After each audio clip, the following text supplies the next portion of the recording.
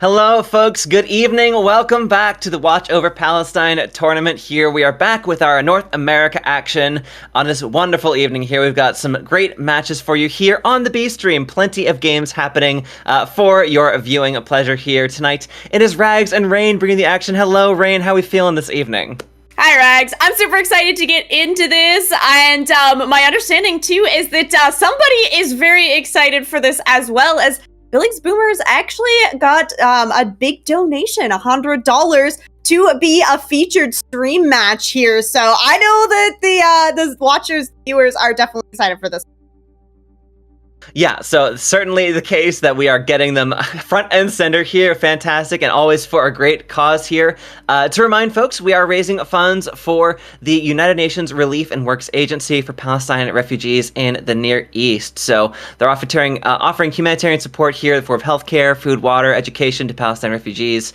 So please, rewards are available for donations here. If you can, it's a fantastic cause here. So the entire tournament is about. There's tons of ways and tiers which to donate, so if you've got the chance to do so, please by all means do.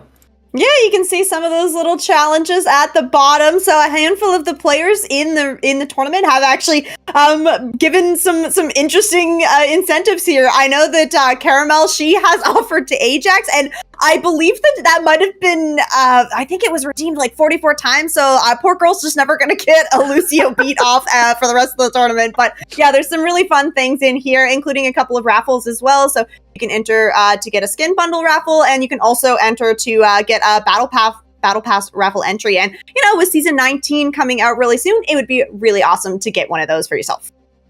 Absolutely. We had original donation goals of $1,000 already raised and passed. We've gotten well past that. We are now, as you can see at the bottom of the screen there, on our way towards $3,000. So honestly doing a lot of great work here. Here's just a look at what the response that UNRWA is doing there in the Gaza Strip. All vital, of course.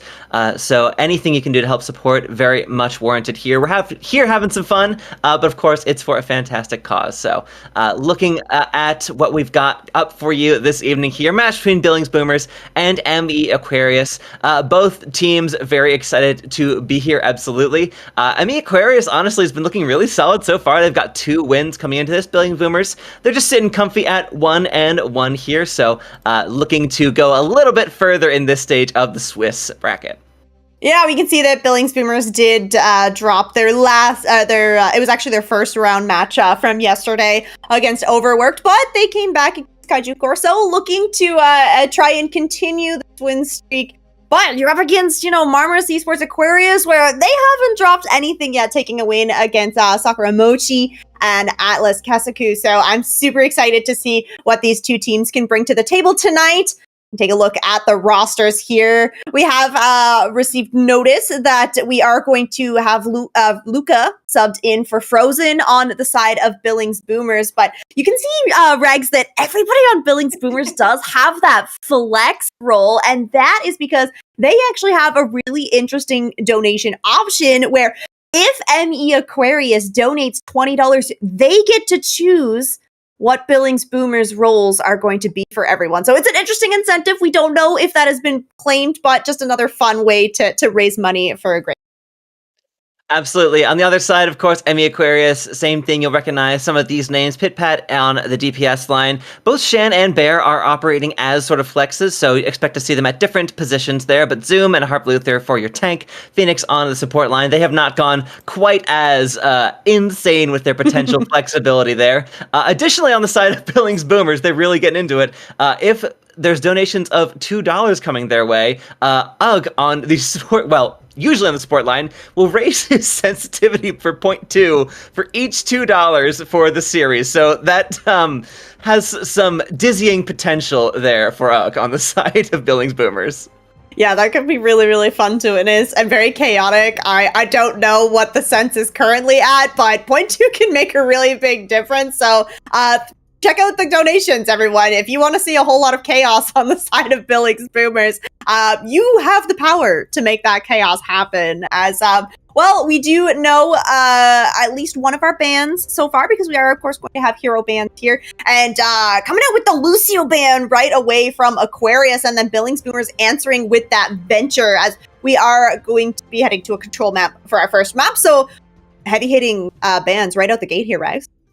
Yeah, I love seeing Lucio bans on control because it just signals that we are playing something different. We're getting some variety there, with as common, of course, as a Lucio is on all control maps. It does not matter where we are, or even if we're potentially Lijiang Tower as a guess.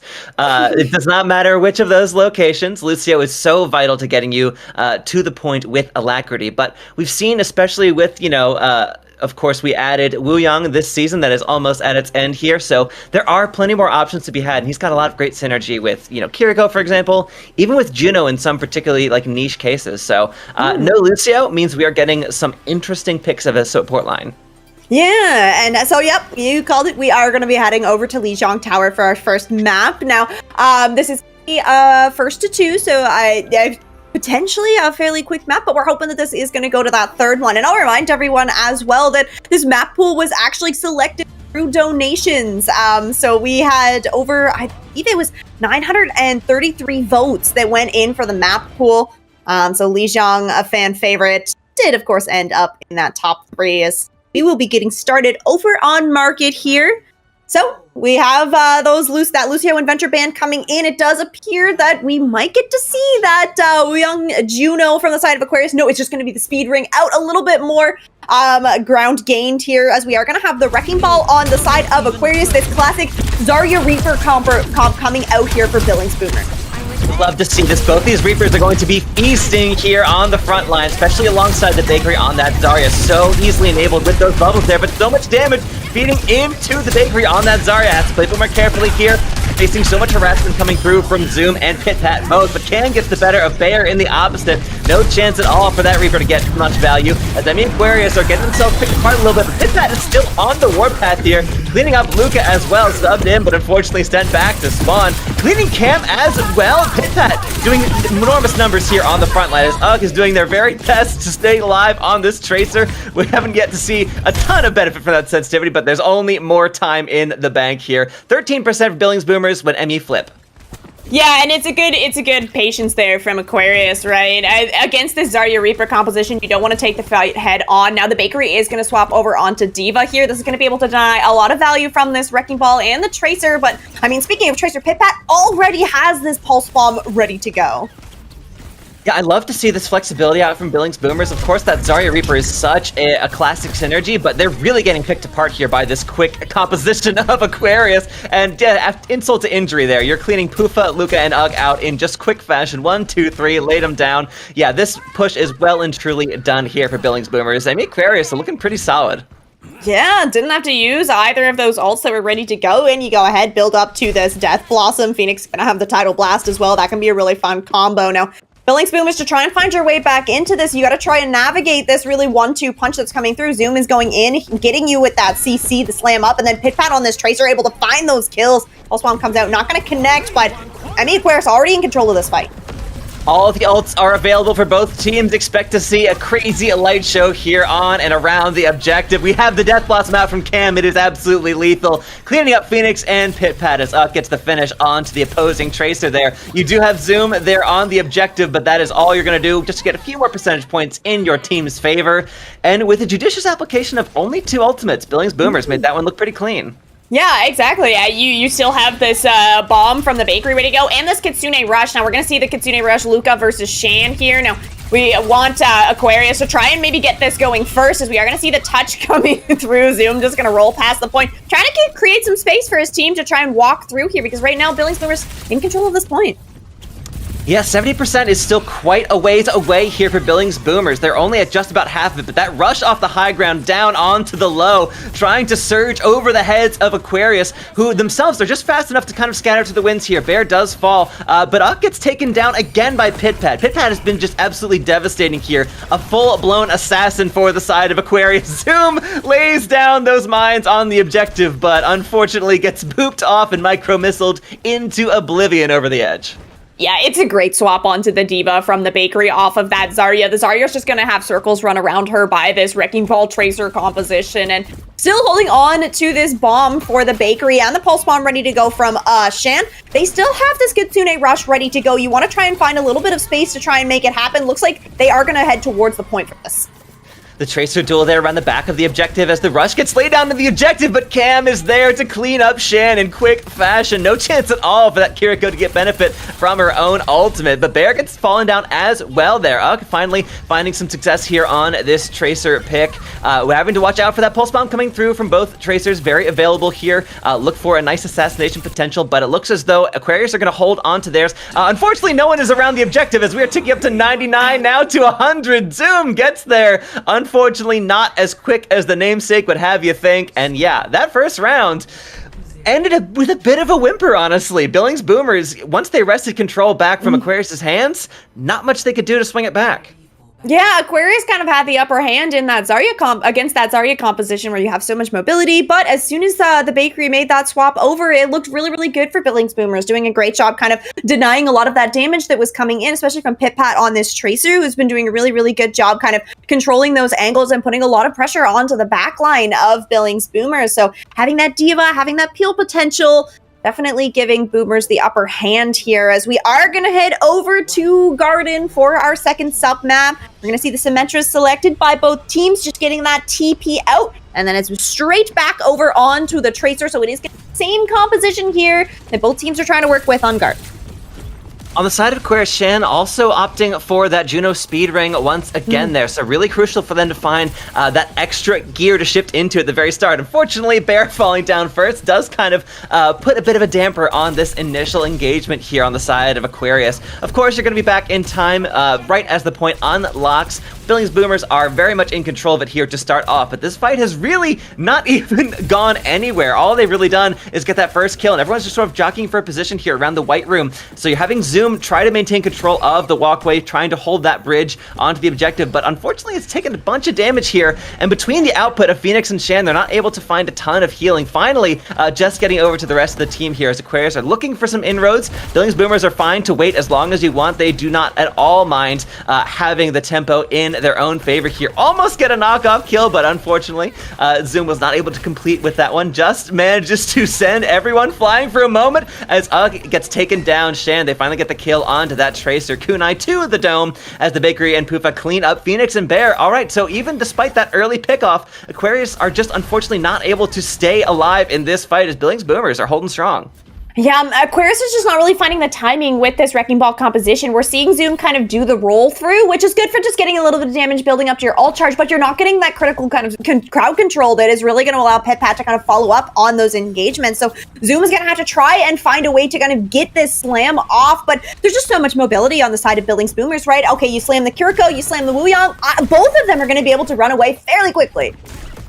Yeah, we've got plenty of ults online on the side of Billings Boomers and nearly a whole 5-stack here as Aquarius are still just building up to their own. And once again, Phoenix falling down at the start of this fight really kind of puts the damper on any further engagement they could possibly have here. You do have the Bakery all the way in Aquarius spawn here, just absolutely spawn camping as the rest of Emmy Aquarius are kind of just falling down one by one, getting picked off here. This is not the same team we saw in Night Market. Okay, Okay, no. very unfortunate for the timing on that recall, gonna send him straight into the pond. And I mean, hey, this is potentially an opening for Aquarius to come in. I mean, the Tracer is gonna get back into this fight fairly quickly. It's gonna be an explosive last fight here. Ults for both teams ready to go. That minefield out from Zoom immediately lets loose with it, tries to lock someone down on the objective, does manage to get Luca. All right, that is the go button that Aquarius need, using the Kitsune Rush as well as the Tidal Blast, burning almost all of their ultimates here, but it is do or die for them. You cannot afford to save anything. There are no more rainy days to be had. You have to take this point or the map is over and you go down 1-0 in the series. Shan getting the best of the Bakery there, that baby D.Va not at all, heading her turn trip back to spawn, and it looks as though at the very end of the day here, yeah, with that that pulse bomb coming out from Pit Pat. Does not manage to get the kill, but I'm sorry, Cam is back in this engagement still, gets the benefit of that Tidal Blast, and is just so lethal here on this front line. And it turns out that it was too good to be true. Aquarius, despite having the upper hand at the end of that fight, just were outlasted by Billings Boomers. Cam coming back into that one was absolutely lethal.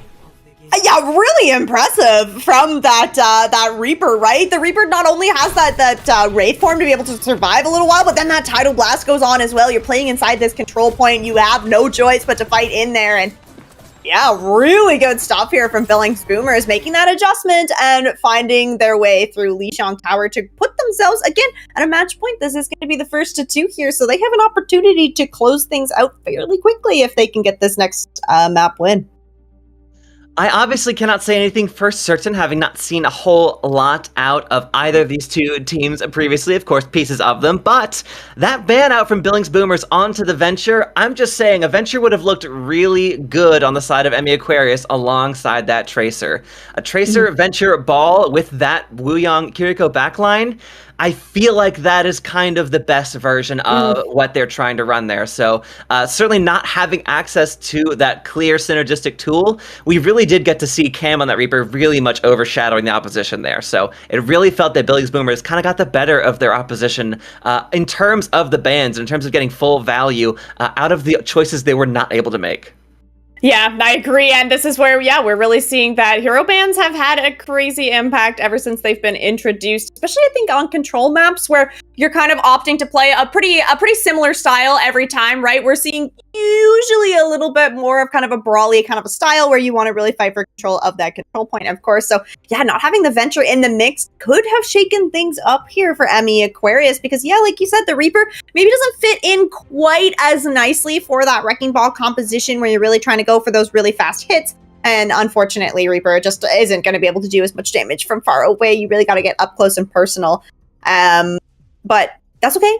There's an opportunity here for Emmy Aquarius to come back because they are going to get the map. Absolutely. So we are still alive in this series. It is a first to 2, though, so of course this is match point here. But folks, I'd be remiss not to remind you there is, in fact, another stream. If you find yourself just here on the second stream, well, lo and behold, there is also an A stream going on right now. So feel free to get 2 tabs open so you can watch all of the madness and get all the benefit from seeing these fantastic games here for a fantastic cause all weekend long. So do not miss out on a single moment of the action here. Of course, we understand that you found your home here on the B stream alongside Rain and Rags. We get it. I mean, it's totally understandable. But yeah, feel free to, of course, give the other stream some love as well. Plenty of good matches here all weekend long. But diving into the rest of this match here, I'm really curious to see how these teams want to approach the latter map of the series here. Of course, Control, as I feel like we always say, does play just so differently from everything else. Like you mentioned, you really want to run this fast brawl style, this kind of de facto run for Control, especially for Lijiang Tower, and more especially even than that when we're looking at, for example, Gardens, or if we had happened to go to Control Center. That's obviously the genesis of that sort of composition here. But diving in to the rest of the series, there's plenty more flexibility, depending on your map type, especially if we're talking escort, if we're talking hybrid, you can slow things down a bit if that is not your comfort level. Of course, if you're running ball, it does seem like speed is your comfort pick. So you might want to stick with a high tempo sort of escort. You might want to play something like Gibraltar where there's plenty of high ground accessible to you.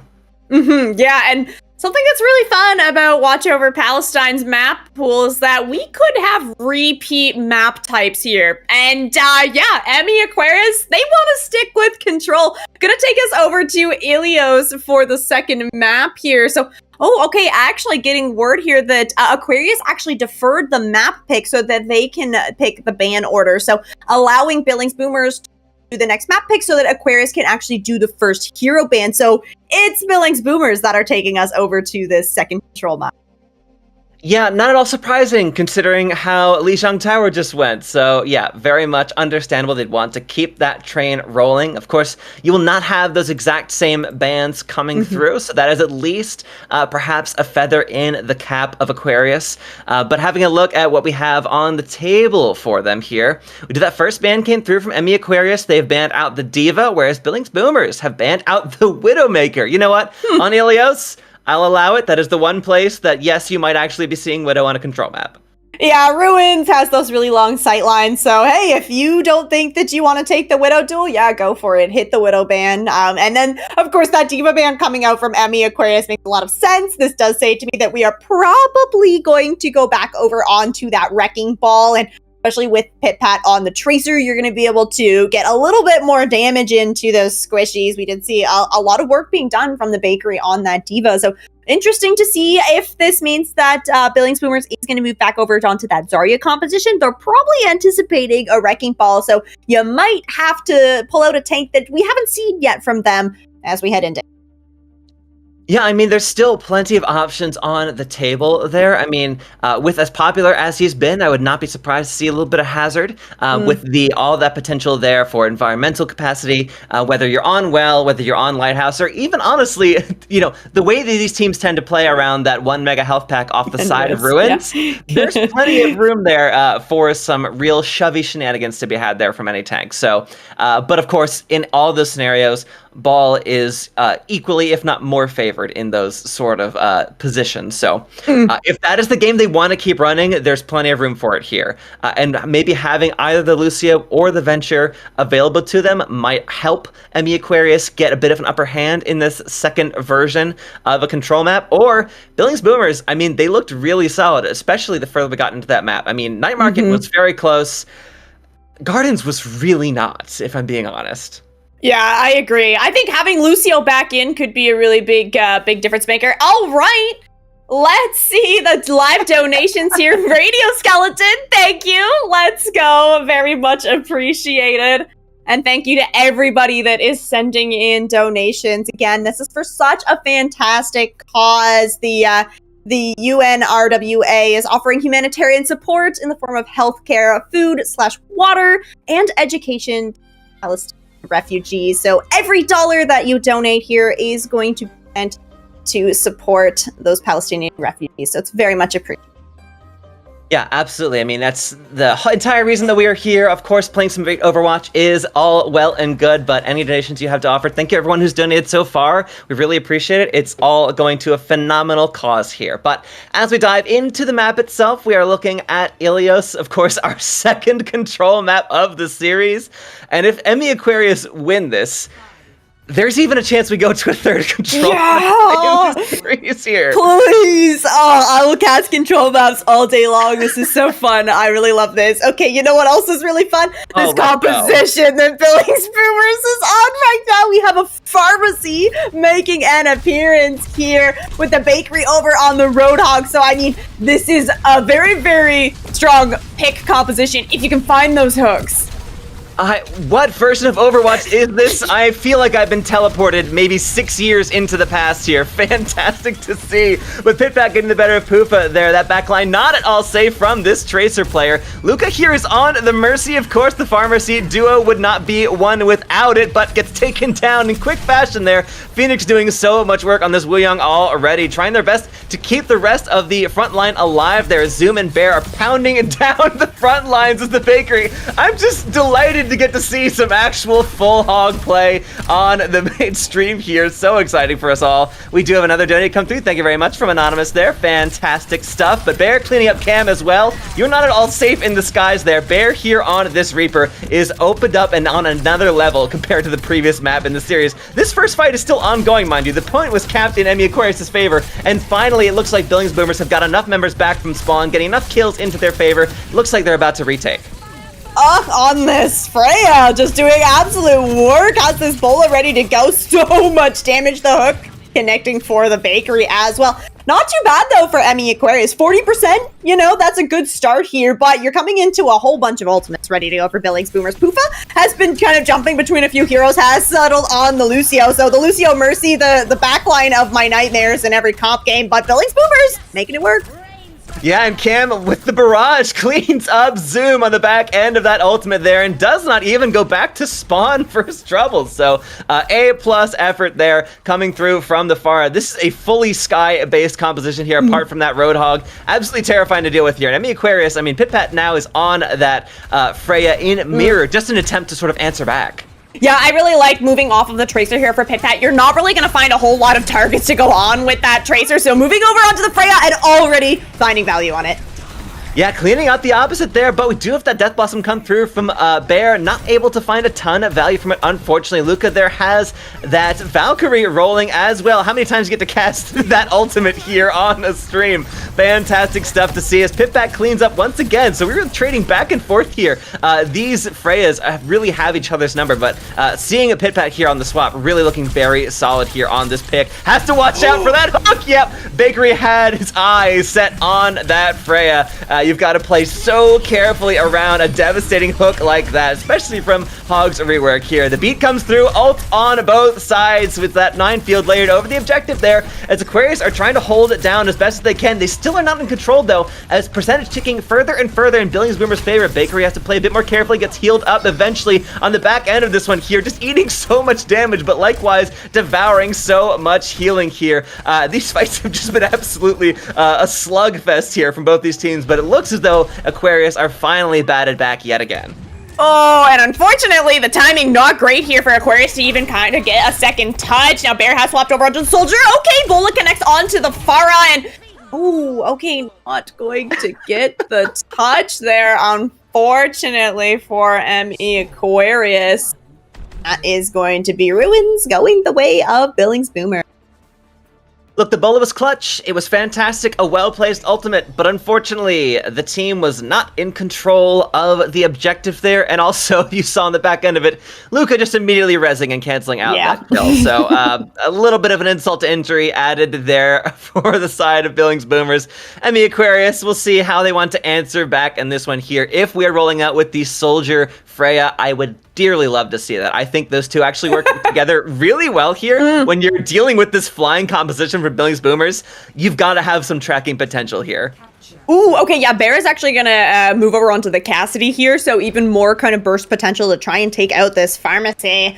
Which, yeah, I mean, we just do not get to see the Mercy, and I have to say, every time the Mercy appears on my screen, I say, oh, that's so cute, because the mythic weapon is just so cute, and we never get to see it, but we are gonna take a look over at Cam here.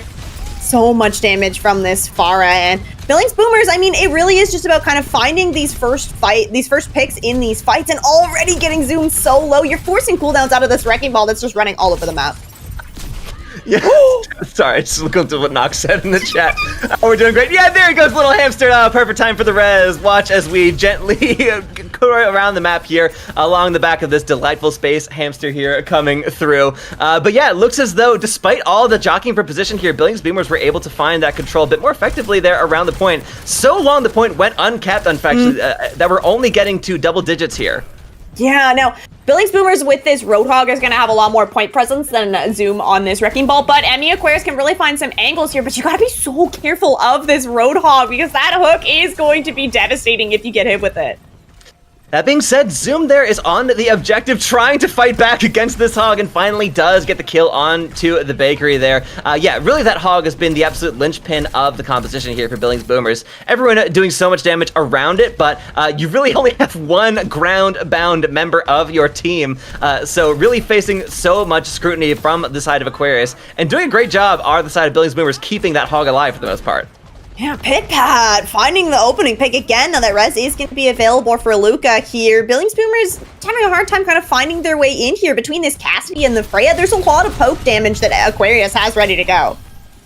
Yeah, and Nock falling down yet again at the start of this fight. I mean, that is just a slight delay on that Bola shot build once again, so you're going to have to wait for the next one to really get a chance to spend any of this wide slate of ultimates that you have. But that being said, the rest of the team is actually rolling through. They're just going to let come back in his own time here. That hook comes through, just misses onto Pitpat, luckily getting away with your life for just a few more moments here as Cam gets rezzed immediately. Thank you very much to your supports at all times here. Bear rolling with that Deadeye. Yeah, having to play so carefully around this Cassidy ultimate. They finally let that timer burn out. Bear gets taken down as well. It's unfortunately a stationary target there. That bola shot lands directly on top of the Cowboy. No chance at all. Couple hooks going wide here for the Bakery, but the team is still in control of the objective at this point. So that's still a fight win for Billings Boomers. They spent heavy, but it had to be worth it. Yeah, exactly. And Cam has had enough of the fire. Going to move over onto the soldier now. Still going to be able to hold a pretty far angle here, but now this is one more person that's going to be on the ground. One more target for Zoom to try and take down on this wrecking ball.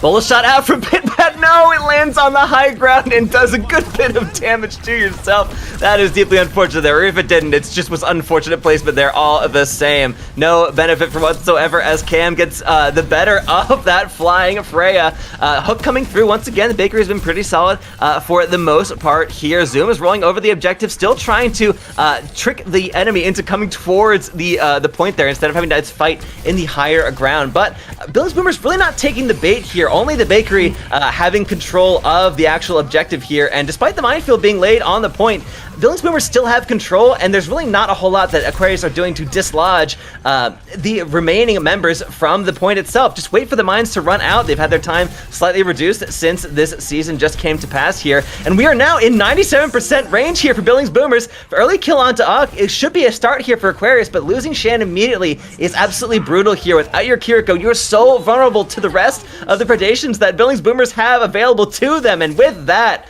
one by one, they fall, and Billings Boomers looked phenomenal all the way through this map, all the way through the series, and they will take it all in 2-0 fashion. Yeah, Bakery on this Roadhog. I mean, Rex, we were a little surprised maybe to see the Roadhog here on Ilios, but the hooks from the Bakery, absolutely terrifying, and I think especially once we got onto Lighthouse, the Roadhog just being able to kind of hold down pressure on that point. So once Billings Boomers was in control, they were not looking to give up that point. Take them to 2-0. No, they looked phenomenal the entire way through. And of course, getting that map type deferred to them had to have just been, gold in their eyes, dollar signs ready for them, because they were just able to deliver in spades there on Ilios. Coming to another control map after winning so handily at Lijiang Tower.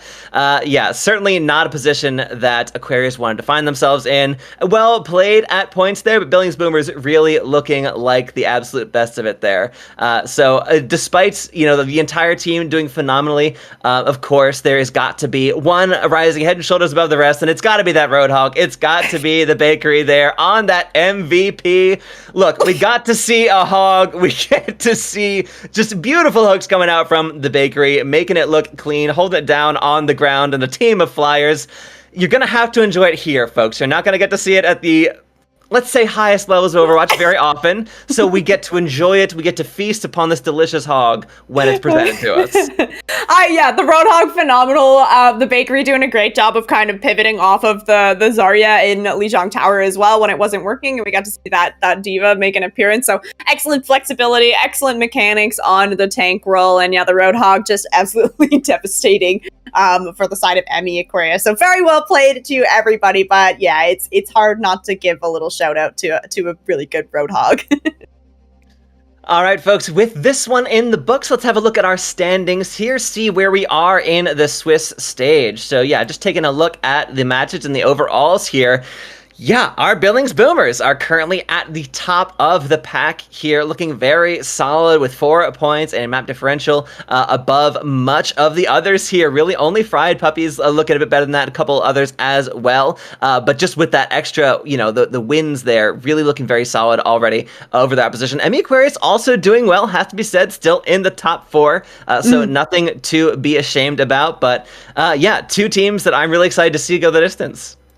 Yeah, and so there's a whole bunch of other matches that are still ongoing now, so these will be updated as those matches find their completion. And I believe that the match over on the A stream still ongoing. Kaiju Core Tanker versus Celestial Divide, and Celestial Divide currently up 1-0. So definitely, like we mentioned, get another tab open, check in on the A stream, because we are trying our very best to cover as many matches as we can.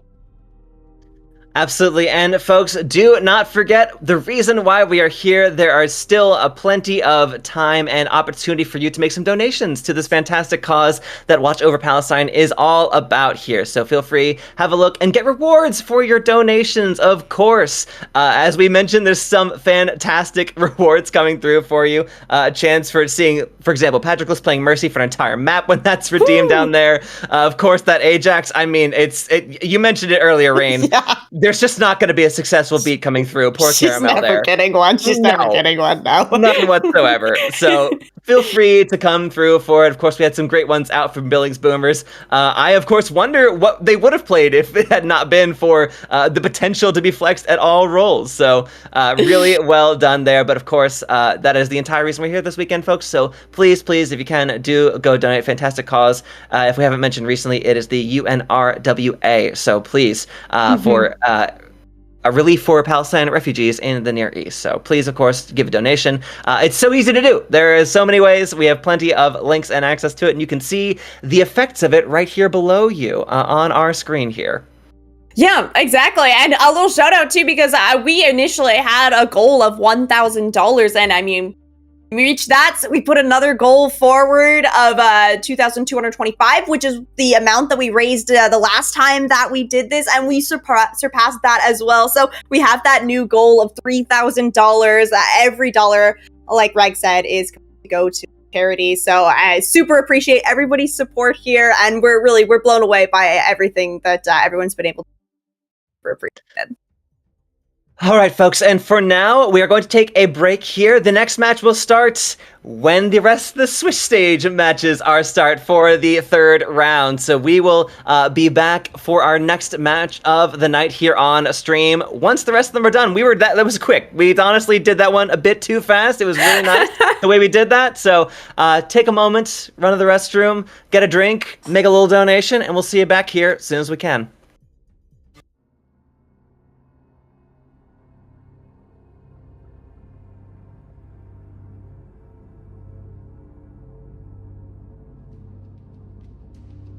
Kimchi League gone. I mean, at least the Tracer 1v1 was won.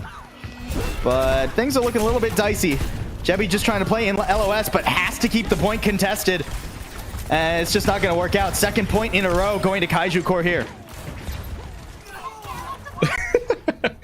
Looking to try and bubble the Tengu to make sure the Lucio stays alive. A little bit of a do-si-do around the pillar, but nonetheless, the capture point does come through. Celestial Divide going to make a change up here off the Junker Queen over to a Winston. Now we're seeing a dive composition from Celestial Divide. Look for that engage on the back line more aggressively. Try and section off the Zarya. Make sure the Zarya doesn't get as much value. And already space being taken early. I love this crosshair, the little heart. That's very cool. I like that from Javi. All right. And a Sombra from Beast of Heaven too. Really just wanting to make Io and Semirish's life painful. Javi's struggling to find an angle to engage from, though. Is going to have to pick a moment sooner rather than later. The point is unlocked. And Kaiju Core are doing fine, just dancing around here. You would think the team with high ground was doing better health-wise, but with Javi falling, that might not be the case for long. Io with the Deadeye too, and just headshots after headshots.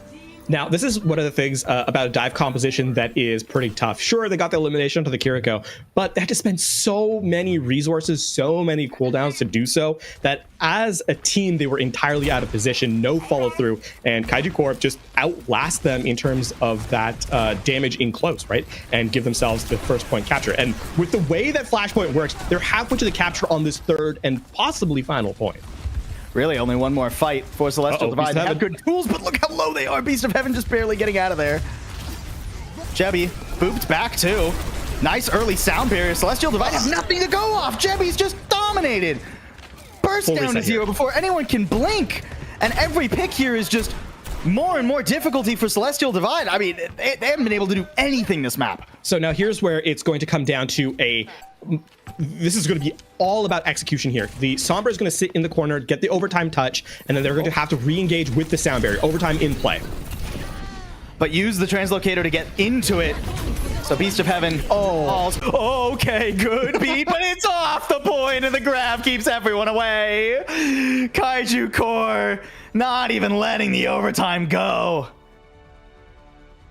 A very, very tough situation there. Probably, like, if you're gonna go for a situation where, like, okay, how do you actually win that out? Maybe you could say, like, okay, drop down, use the translocator to get out. But I mean, we're dancing with straws. It was just a really smart play by Kaiju Core to not allow Celestial Divide to disengage on their own terms. You know, get the stragglers. Remember that play that they were incapable of finishing on the first round, right? Where they were not able to get those eliminations as the as Celestial Divide's players were walking away. Well, they fixed that up in round number 3. You know, no what's the saying, fool me once, shame on me. They didn't get the fool me twice in turn, and give themselves an even up in the series as we go to the third and final map. Yeah, it's crazy. Fool me once, you're dead. That's how Kaiju Koi roll, apparently. And I mean, we can see what that Zarya ban was doing map 1, right? I mean, Zarya just made it a living nightmare for Celestial Divide. The Junker Queen simply cannot play. Hey, there's... Hello, folks. Welcome back. We are diving right back into a match we have here. Already completed their first map of the series here. We do have, we're looking at Greg and the Unks and Javi and the kids here. So a nice whole group of everybody is here. A couple of bands of pals here. But yeah, the first map of the series went very strongly in favor of Greg and the Unks. A 2-0 on the first map of the series. Yeah, Lijiang Tower already picked up, and like we said, we're trying to get as many of these matches streamed as possible. So when we saw that there was one that was heading into a map 2, well, let's jump right into it. Hope that everybody enjoyed seeing a little bit of that A stream as well. So don't forget that you can check out the A stream and see what's going on there, because yeah, I think that Kaiju Core and Celestial Divide heading into that map 3. So have that on the second screen or maybe on the phone. Of course, we know who your favorites probably are at this point, but all that being said, the second map of the series is already available to us. New Junk City is where we're going here, so I'm excited to see some Flashpoint here. Of course, you saw on the A stream they're running some Suravasa they just got done with there, so yeah, a good bit of Flashpoint, really the kind of map type that runs almost identically to Control, just instead of on separate points, of course, it is all over one enormous map, so in terms of your compositions, a lot of the same sort of thing you're going to be running on Control, for example. You want to run a lot with that rush, a lot with that brawl, and expecting to see, you know, this speed-based backline here is certainly not at all out of the question here, as of course we do have the first ban comes through, and it's onto a Genji. Okay, yeah, Genji definitely getting a lot more playtime now. The one-shot kind of potential with that dash often being comboed with the Wrecking Ball or one of those shows, like you mentioned, some rush composition being played. You can go in with the Hazard and the Genji, but regardless, Genji is going to do a really great job kind of finishing off those kills. We can see that the Reaper and the Kiriko were the bans over on Lijiang Tower, and that Reaper ban, it can be really impactful, right? I mean, we saw it already, Rags. That Zarya Reaper combo is what we were going to see until the swap was kind of forced there in the last one. But definitely getting to see a whole lot more Reaper now. I don't know if that has anything to do necessarily with the perk changes that have gone through, but Reaper with that teleport major perk now going to be able to basically play as a dive hero once you get up to that major perk. Yeah, it really sort of changes the layout of how this hero, again, who's just had such a long history in Overwatch, and a lot of changes has to be mentioned over the course of the years there, whether it's usually tightening or widening of that spread, adjusting the damage there, but the teleport really does add a new dimension of play to Reaper there, so there we go. So yeah, bans coming through for the second map in the series here, and of course, having Kiriko back to you is absolutely crucial for especially, you know, New Junk City, especially for these Flashpoint maps. You really need to have that capacity of that utility that Kiriko provides to you, and also, has to be said, an incredible amount of damage in the hands of these support players here. They are not just playing Kiriko for the heal numbers, it is to get those deliciously satisfying kunai kills, for sure. Yeah, that's what I'm thinking. And on New Junk City, I mean, this is like you said, it's a wide open, basically Control map, right? So Kiriko can kind of play off on an angle, get all those kunais in, and as soon as she has some pressure on her, she can just teleport out and be safe and sound. It is going to be Javi and the kids banning out the Juno here. So we mentioned the Juno maybe getting a little bit of play time with the Wuyang. Now, we didn't necessarily get to see that. It was essentially just the speed drink out of Spawn in our last series, but yeah, taking the Juno out, I mean, it's still a very impactful ultimate. It does take a really long time to build up to that ultimate now, but I think taking the Juno out, you're going to be forced to probably play the definitely play the Lucio if you do want to go for that speed on. Yeah, and it's a question of, essentially be seeing Wuyong sort of fill that Lucio role if you're not trying to, or, alongside that Lucio, Kiriko backline has just been kind of de rigueur on most of these maps here, whether it is Control, whether it is Flashpoint, that's really the name of the game here. But especially when, the difference, of course, between Flashpoint and Control is that here, you have to maintain that speed and that mobility over the course of an enormous map here. It's not just run back from spawn to that central objective there. You have to have the capacity to shepherd your entire team around.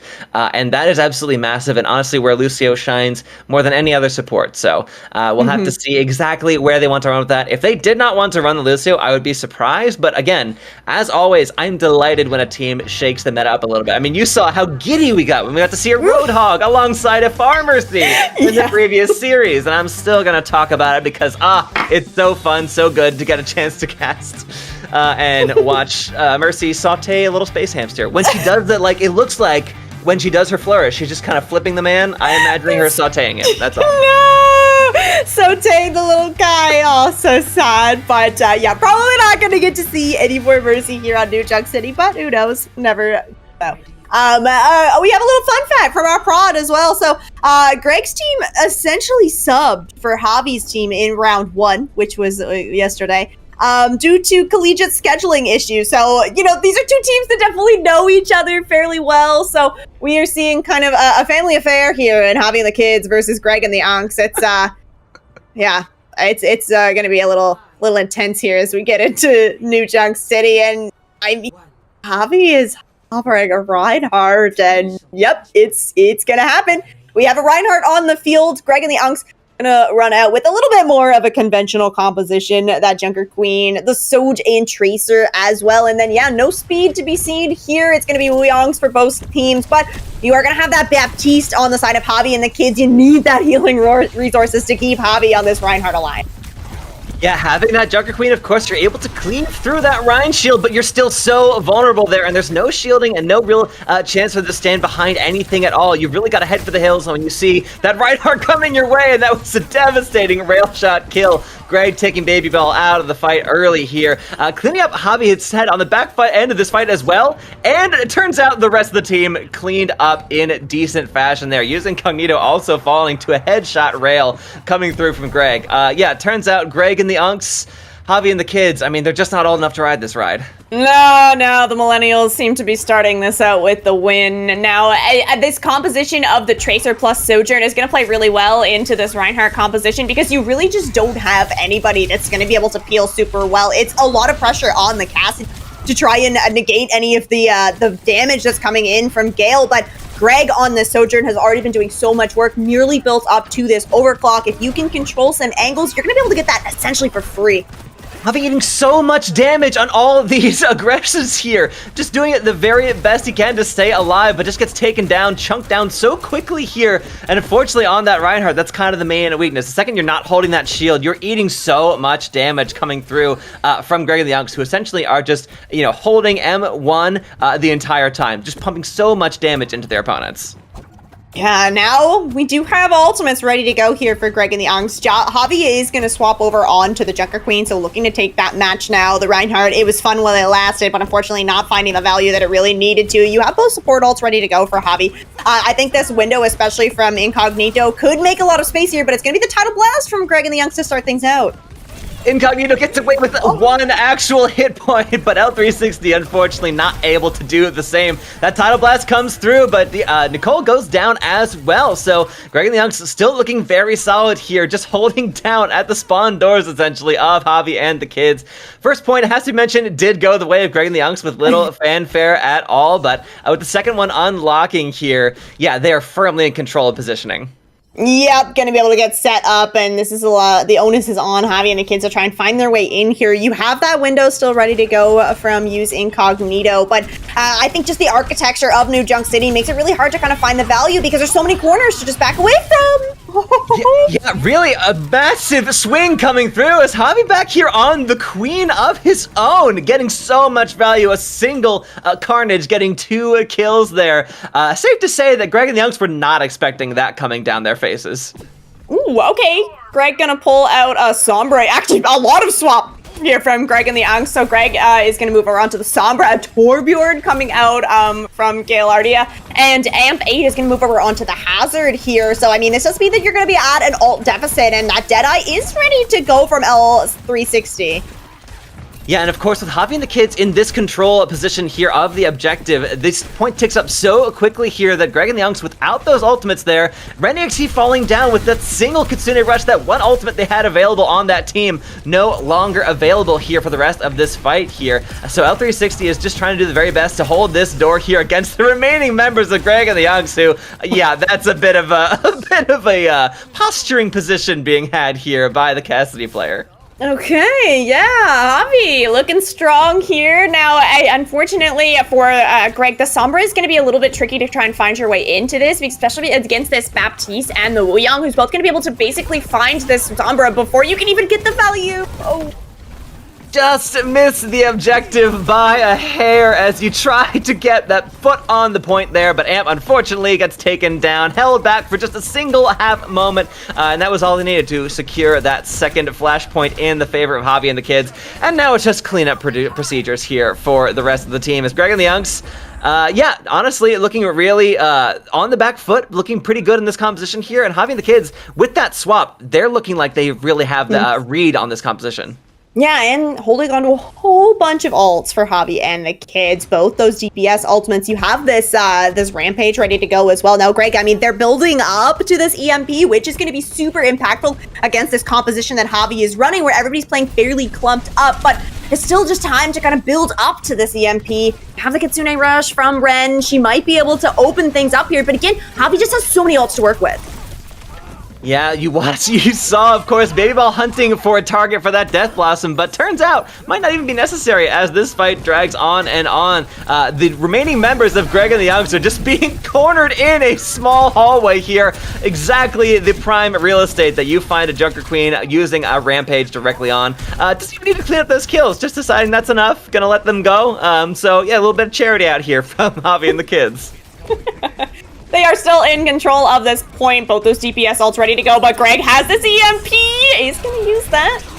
Massive start to the fight, immediately evaporating Incognito, but Baby Ball is answering back, taking RenEXE out of the fight, but Javi falls down as well. No, not a hammer kill. No, not quite a hammer kill. All right, there we go. Greg finally cleaning that one up. No chance, unfortunately, for Gaillardia to get the benefit of that one, but with 81%, finally, Javi and the kids have control wrested from them, and Greg and the Youngs start building up with some ultimates in their back pocket. Yeah, it's great that they only had to use that EMP in the Kitsune Rush. Now you have this Molten Core and this Downpour from Amp, not to mention the Tidal Blast, which Javi and the kids isn't going to be able to match now.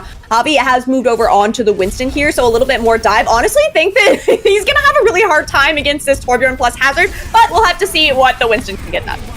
Yeah, really uncomfortable place for Winston to be in, especially getting hacked up by Greg as well, and the Molten Core is just Molten Coring all over the floor. That is disgusting, savage, filthy even, you might say, out there from Gaillardia on Greg and the Youngs.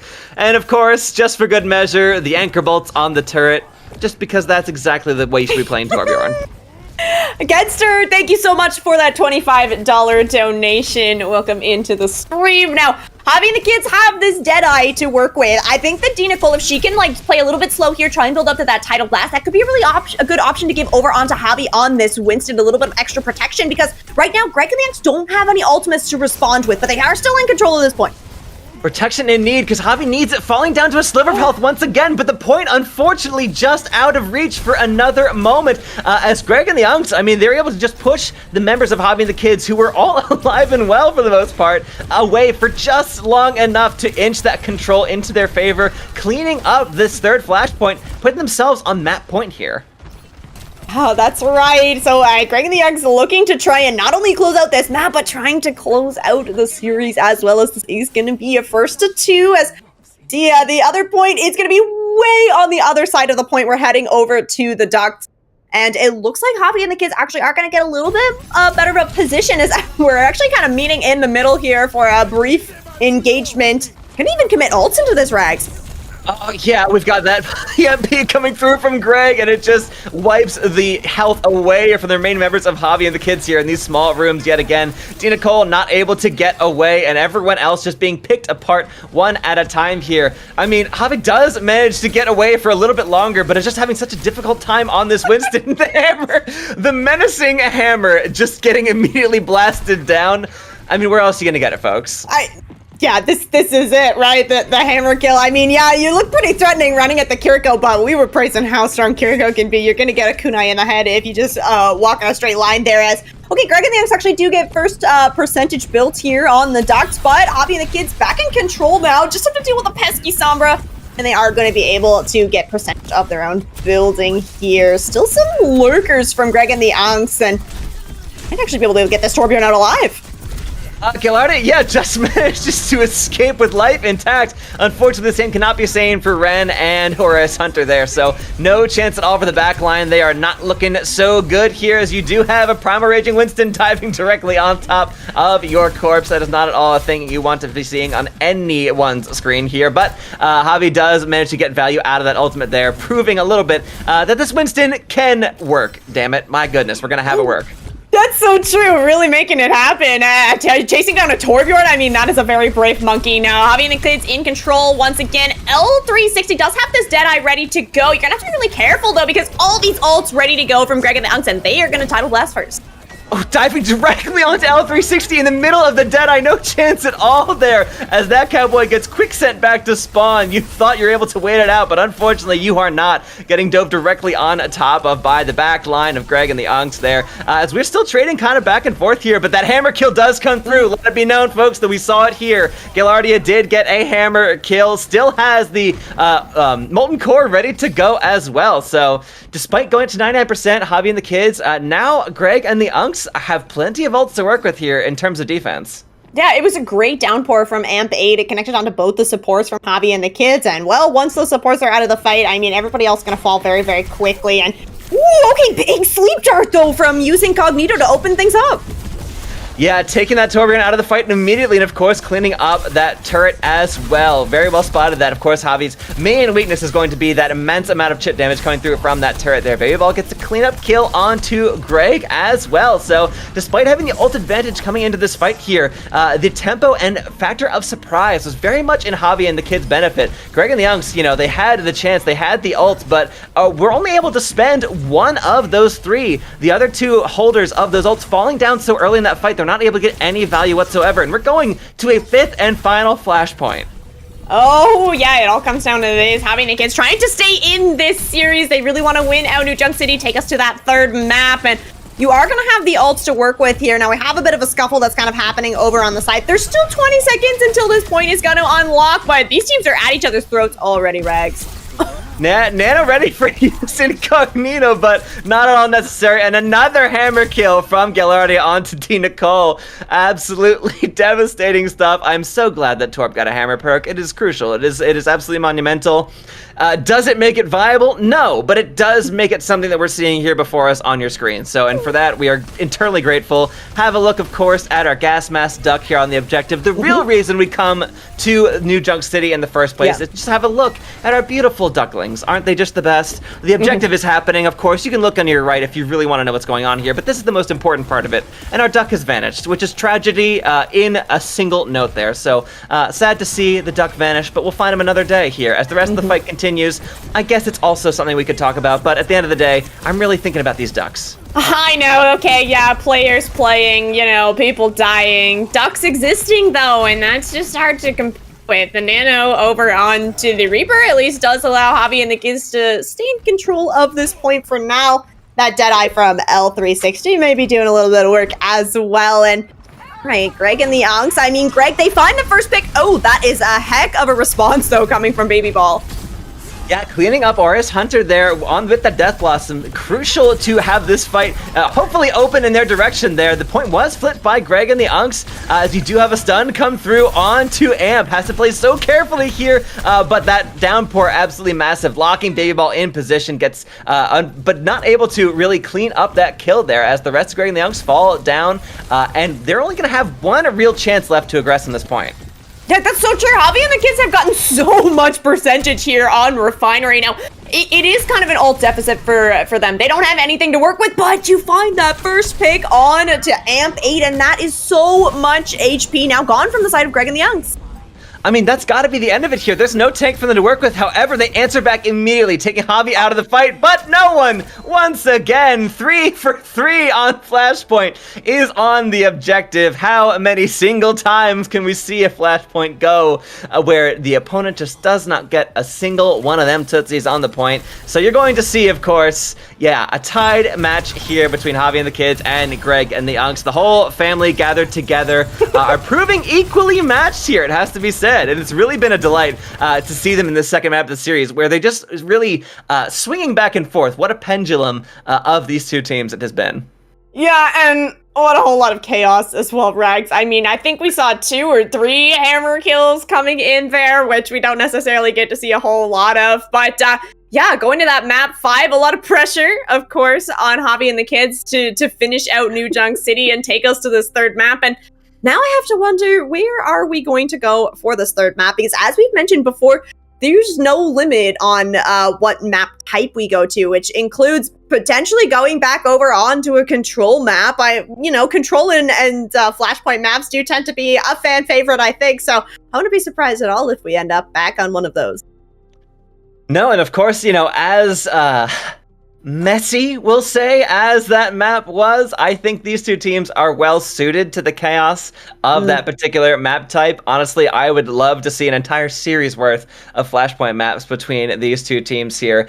They really know how to make it, worth the while and really put on a show for the folks. So, of course, it may seem like that is the only reason we're here, but of course, it's not, friends. You know that. We're here for Watch Over Palestine. We're here for the fantastic cause of donating to the UNRWA, benefiting Palestinian refugees, children especially, and trying to get aid their way. So any donations you can make are endlessly appreciated here, and of course, can get you some fantastic benefits. You can donate to get some perks here on the benefit for the stream, benefit for the games and all that.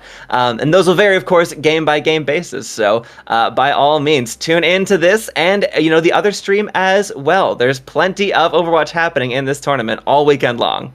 Exclamation mark donate to get a link to check that out. And you can see at the bottom of our screen here that we are very fast approaching our third goal here. So we started with a goal of $1,000, blew past that as we were donating to pick what the map pool was going to be, which is really fun. And then we also passed our second goal, which was $2,225, which is how much money we raised last time we ran this Watch Over Palestine event. So super excited to see all of the support here. And I know that we can reach that $3,000 goal because we, of course, have all day today and tomorrow to get your donation. Yeah, of course, do not fret if you find yourself, wanting more action when this night is done. There's still more to come tomorrow, both EU and NA streams. So if you're in North America, like some of us might be, you'll find them both in the afternoon and in the evening for us.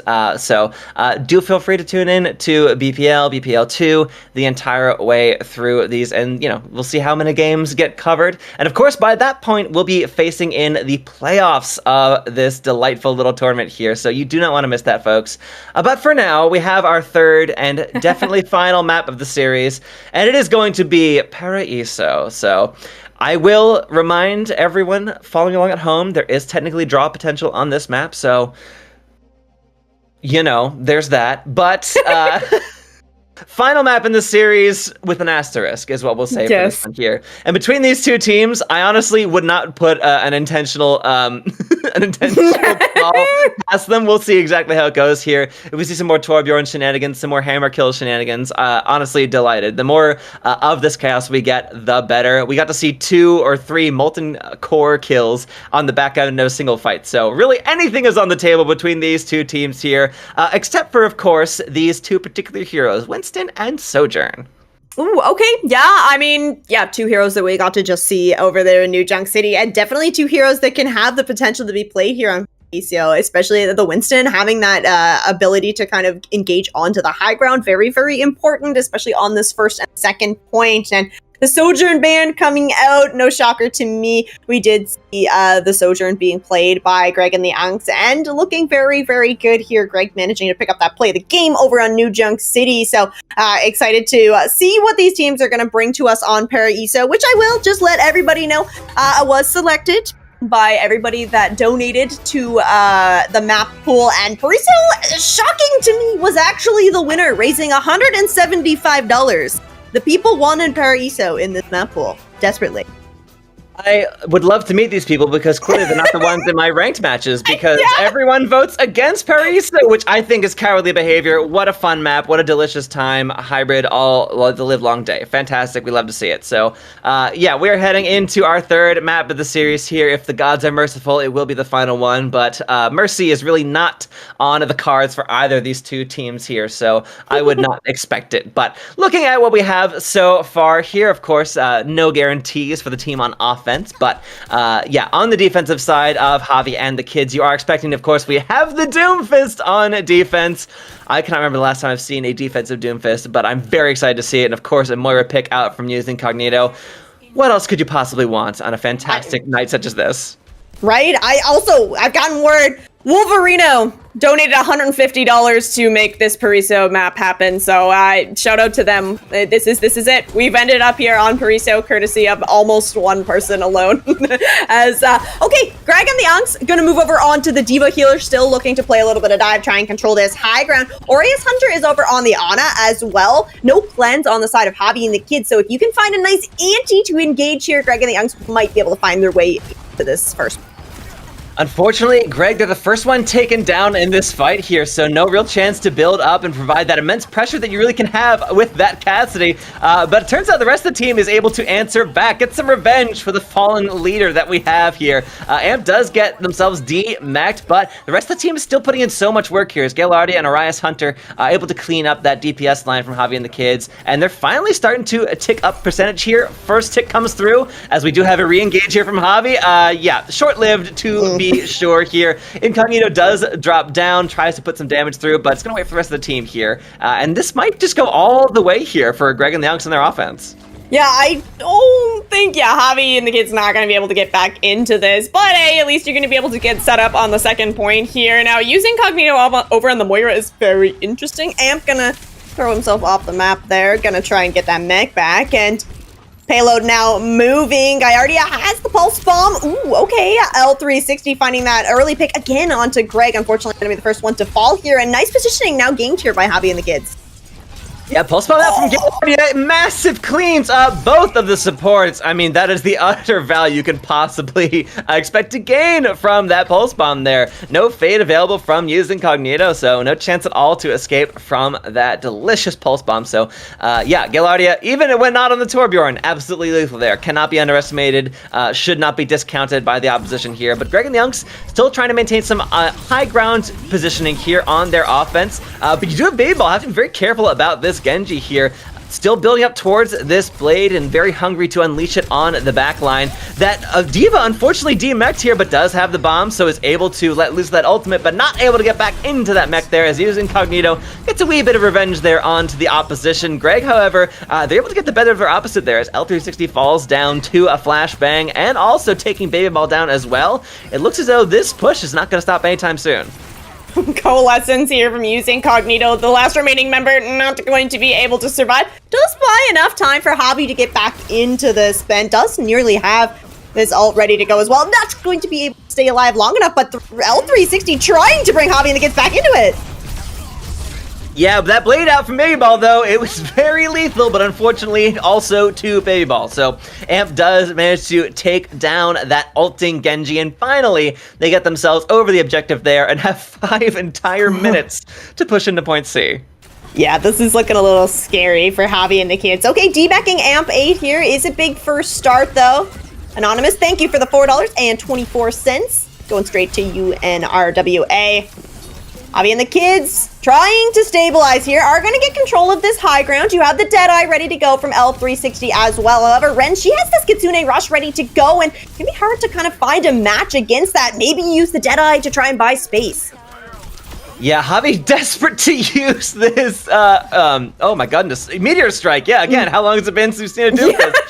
Yeah, but not able to do so, unfortunately, just getting taken down immediately on the cart. No chance at all here, so still holding, cherishing this ultimate there for a rainy day, but we're inside now. No chance for the rain to catch us here, as we do have Ren XE still here with this ult, this rush ready to go. Layer it down either over the objective or on the high ground. All possibilities here. Baby Ball does not manage to find the deflect onto that anti, and so has to back up a little bit just to stay safe here. Amp is fully amped up with that nano boost, gets the kill onto D Nicole, taking out L360 as well as Greg is able to combo, cleaning up Javi, and just all remaining members of Javi and the kids have completely fallen down before this ulting diva. Baby Ball falling down as well. The card slightly forgotten here for a moment, but Greg and the Youngs finally managed to get themselves back on the point. A few members left from Javi and the kids to mount a token resistance. The Meteor Strike goes up, and the cart rolls in before he comes down with the ultimate. I love this match. Where else you gonna get it? There's just so much chaos happening here, but through it all, Greg and the Youngs are able to just pushing that payload forward, right? Finding the early kind of picks in a lot of these fights once Greg kind of like locked in and really found the hits on the Cassidy. And taking a look at the stats here, and yeah, there's there's a lot of synergy coming in for Greg and the Youngs right now. I think Amp 8 and Gallardia especially really working really well in tandem with that Diva and the Tracer. So making it really hard for Javi and the kids to kind of find the picks that they really want, right? When you're running this Doomfist composition, you really want your Doom to be able to kind of like go in there, create enough space for your Cassidy to really kind of pop off there. And unfortunately for Javi and the kids, Greg and the Youngs just finding the better of a lot of those fights. We are going to see Greg and the Youngs move over onto the Roadhog here for the D. Greg over onto the Ashe as well. So a whole lot of damage potential for this team. And I mean, we got to see some Roadhog already. We've seen how scary these hooks can be. So Javi and the kids are going to have their work cut out for them to try and dodge and weave through these Roadhog hooks. Yeah, right now what they're hovering here on the Genji and Cassidy is, you know, especially for the Genji, about as good as you can hope to answer to this Roadhog here. I mean, apart from maybe a Reaper, you know, you might want to see if L360 wants to swap that direction, but has looked very comfortable here on this Cassidy from what we've seen of this series so far. So I expect only in dire moments will that swap come through. But Amp here on this high ground hunting for a hook target coming through, as Javi is now on this Diva on offense. So we've seen offensive Divas here on either side here between these two teams. So still able to take a massive anti-nade to the dome. Has to watch out for all that there. But a bunch of damage coming through onto Gallardia as well, as Amp has to back off onto the objective. The rest of Greg and the Youngs here are just sort of holding position on that high and low ground, sort of allowing the rotation coming through from Javi and the kids here. That hook comes through, perspective, not able to get anyone for it. And L360, yeah, no need to swap when you're looking this good on the Cassidy here. Ren, unfortunately, she gets taken down early on in this engagement here. And finally, a hook comes through for Amp. Does manage to get Javi, but still eats a ton of damage. Of course, Diva, perhaps not your ideal target with all that damage they're able to soak up with that D-Matrix there, but still holding down position here on the high ground as L360 is just dunking headshots here all over the place. So much damage coming through, almost single-handedly cleaning up that Roadhog, and finally does manage to confirm that kill at the latter end of it. Goes for that Deadeye, but it does get worn down by Greg as well, outranging on that Ashe. So despite a very promising start to this engagement at the very end, Greg and the Youngs have rallied back together here and looking very solid on defense. Not a single tick gained. Yeah, really nice stuff there from Gallardia on the Tracer. Hits the Pulse Bomb and finds the just plain old kill onto the other support. So the support line just decimated by the Tracer here. And okay, early pick here onto Baby Ball by Greg just means more time off the clock for this attacking round. And we are going to see Javi swap over to a Roadhog of his own. We do have this Kitsune Rest ready to go from D. Nicole. And I mean, she has this before Ren does. So you are going to be able to get the better of that Kitsune Rush. But, oh, okay. Finding the Roadhog, also a really great start. Hog-on-hog violence, folks. This one enabled by a Mercy. I said we weren't going to see it this map, and that means we are. So fantastic to get the benefit of that. Bob comes through. He is there holding down the point, doing his very best to shoot at anyone who makes themselves apparent to the welcoming arms here of Greg and the Uggs here on that defense. You've got to be so careful here as Greg has, you know, that high vantage position here with that Ashe. Just so devastating, getting so much damage onto the opponent whenever they peek their heads around those corners. And the rest of the team is just looking so good, holding it down these corners here, not allowing Javi and the kids to get a single inroad around all of these wraparounds. You still have Baby Ball all the way in the very back here, closer towards Greg and the Young's spawn than anything else. Still trying to find an answer, trying to get Greg by surprise. Does manage to land on top of Red, but gets hooked for the trouble. Amp will not allow the supports to be tampered with in that way. It's really unfortunate because Baby Ball was like positioned back there for so long, and then finally when you go in for the engagement, you just get hit with the hook right away, and that just means more time gone. And now this is less than a minute on the clock here for Javi and the kids to try and find their way into this first point.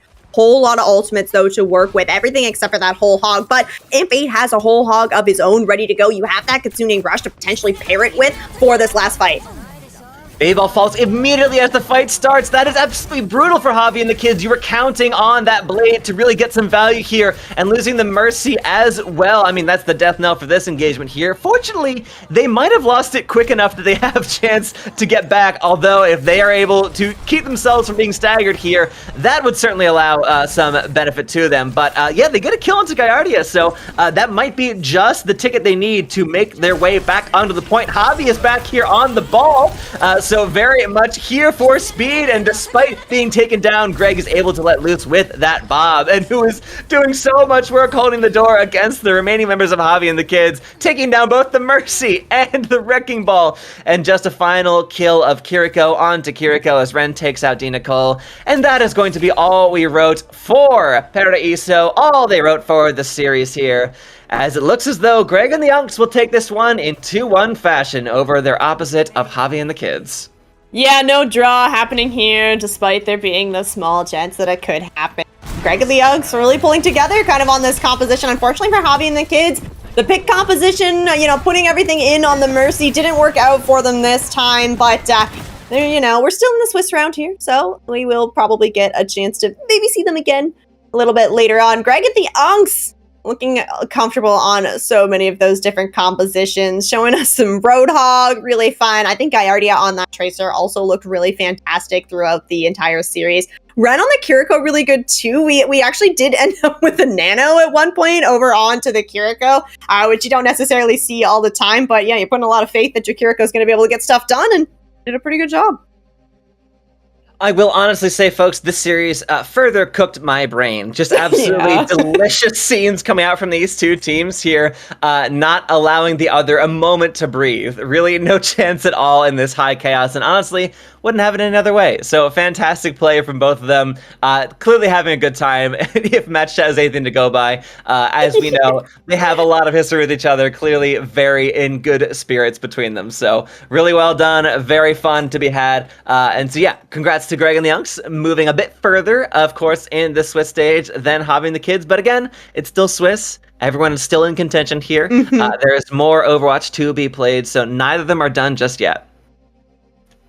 Yeah, exactly. And I do believe this was actually our last round of the Swiss stage. So the next stage is going to be generated because, of course, every team is going to play one more match tonight, which means we're going to have even more action on the stage. And, well, let's take a look over at it here. This is our lineup. This is how everything worked out. So, yeah, we have some big changes here. I believe that we had Emmy Aquarius kind of up in that top 4, but as the match is finished, yeah, that top 4 has really been shaken up a bit.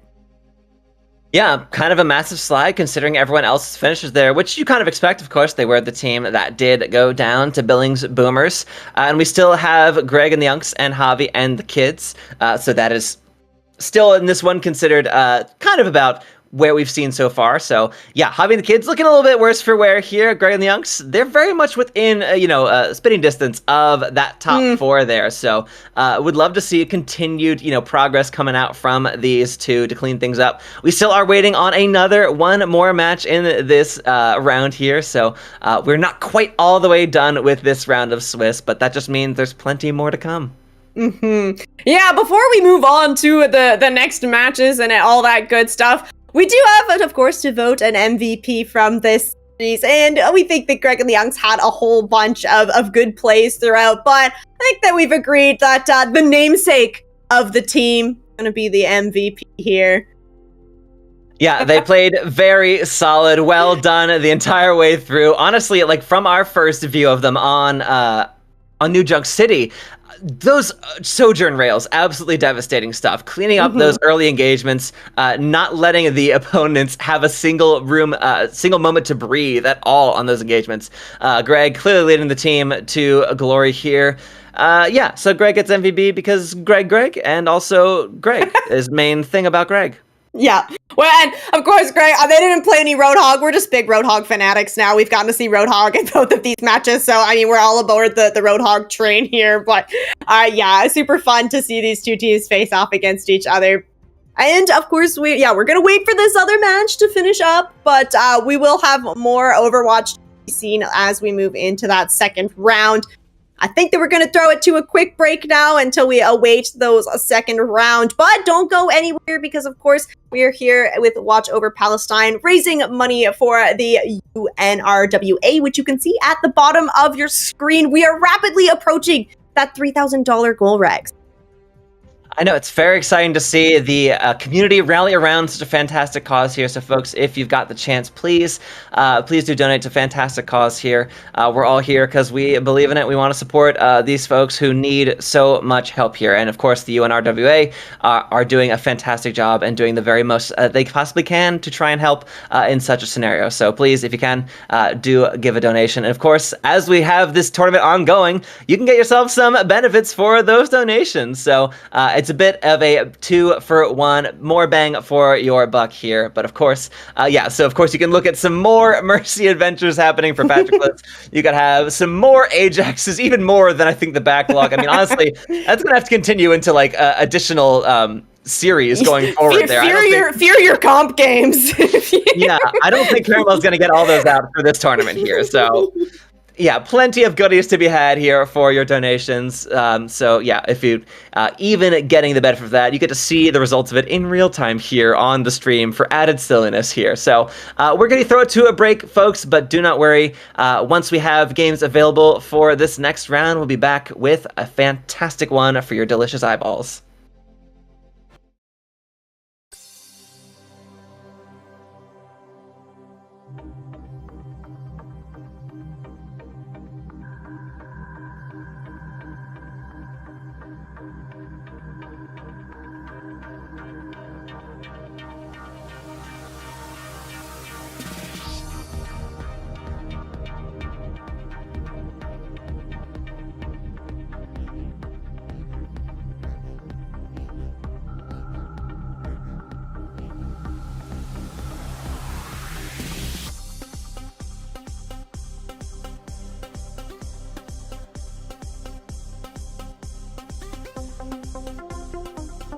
I think that we're going to throw it to a quick break now until we await those second round. But don't go.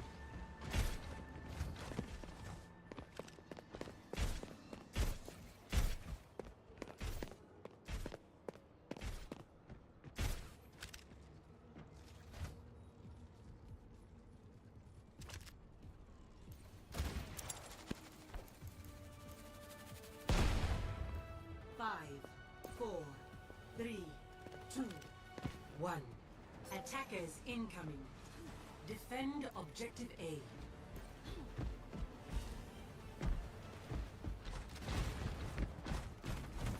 Good day. How y'all doing? White team. Hey.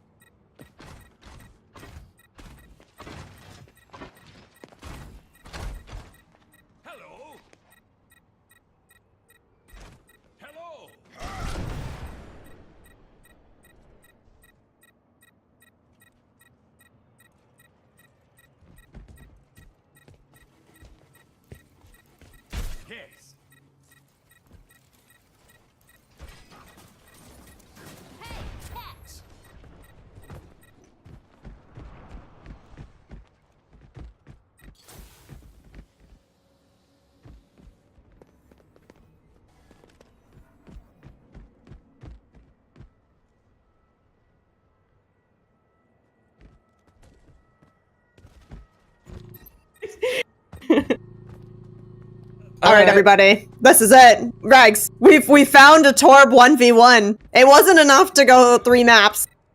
Greg and the Unks, Javi and the kids, they're looking to finish it out here, and this is the true fight. This is serious, folks, on King's Row in the snow, where all things must come to pass here. The Torbs have not fired a single shot at each other, has to be said here.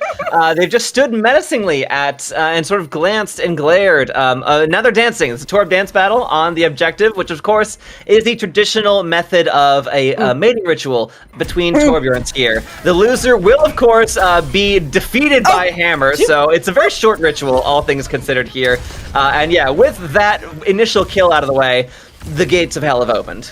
It's maybe you know, a little anticlimactic there, right? All right, using Cognito, gonna claim the first one. I don't know if this is a best of 3 or if this is a winner takes all. Like this could be it. Using Cognito could have just Claimed, you know, king of the Torbjorns here. Gardia. Yeah, you'd think that, of course, Reinhardt has a natural advantage against Torbjorn, hammer size and all, but between Torbjorn, they actually get more powerful the more of them there are on the map. So right now, a Torb hammer deals about 3 times the damage of the usual Torb hammer. So that's just something you got to be aware of here at all times. We do have, of course, the mining pick. This is your Prospector Torbjorn. One of the most deadly Torb hammers, all things considered. Yeah, it's pretty scary, right? I mean, just the sheer intensity of it. You know, there's a little bit of a curve to it there. This is round 2, of course. We did see using Incognito pick up the first one, but is Incognito gonna win the second? No, okay. Tied up here in our Torb 1v1. Yeah, turns out that the piercing damage wins out over the bludgeoning in certain situations. You really have to be aware of that in terms of like rock, paper, scissors rules. You just got to be conscious of a pickaxe fulfilling the same role that I guess if a hammer that bludgeons is rock, then I guess the pickaxe is paper. I still don't really understand how paper beats rock, but it's going to happen this way either way. That's just where we are at this point. Yeah, and building up towards that molten core, and I really hope they both get to use it and just layer the objective. Delicious magma. Yeah, you have to wonder, is that allowed in a Torb 1v1? Link, I mean, yeah, okay, no, we're gonna say no, molten core not allowed. This is a hammer only, very specifically. As we look at our third and final Torb 1v1. Winner takes all here. We're all tied up. All right, the hammers are out. The Torbs are juiced and ready to go. They are just building the hype, gaining the support of their team here. The crowd rallies around them. A shield from that Reinhardt to protect from flying Torbjorn parts here. Both go for the overload at the exact same moment. Using Cognito falls to Gaiardia, who immediately gets taken down by the Rhine as all... Whoa, I'm sorry, there's a res came through. Oh, using Cognito is not out after all here, so it turns out that is going to be... I'm not really sure who won, but honestly, wasn't that something? I'm so glad we got to witness this. Headraimer, I'm also so glad that you donated $132.33. Thank you. Hope you enjoyed that Torb 1v1. I don't know if that's what that's what we all signed up for, but that's what we got, and I need Brags, check it out. We hit our goal. We hit $3,000. That is fantastic, folks. Thank you all so much. Honestly, that is 3 times what our initial goal was in terms of fundraising here. That is absolutely insane. So thank you very much, Headraimer, for putting us over the top, and everybody else who's donated the entire night, the entire way through. Thank you so much. So sweet. And of course, by all means, do keep the donations incoming there. It is all for a fantastic cause. If you haven't heard us say it already, UNRWA providing relief and aid to Palestine refugees, as children especially. So all proceeds going to them. And honestly, the more the merrier. We hit our goal, but that is no reason to stop. So we will gladly shout you out anytime we see a donation on screen. Yeah, and of course, there is so much more Overwatch to be had this weekend. We are only on day 2. There is still one more round tonight for NA, and then tomorrow we will have U and NA games played. So still so much more Overwatch to be, so much more time to make donations there. And I do know, Regs, that we are still waiting on a final Swiss stage round to be played. So unfortunately, we aren't going to be ready just yet for the next. Yeah, so perhaps we're going to throw to a quick break here, and we'll be back, folks, once this final match is done. We've got some games set for our next round of the evening, so do not go anywhere. Plenty more to come right after this.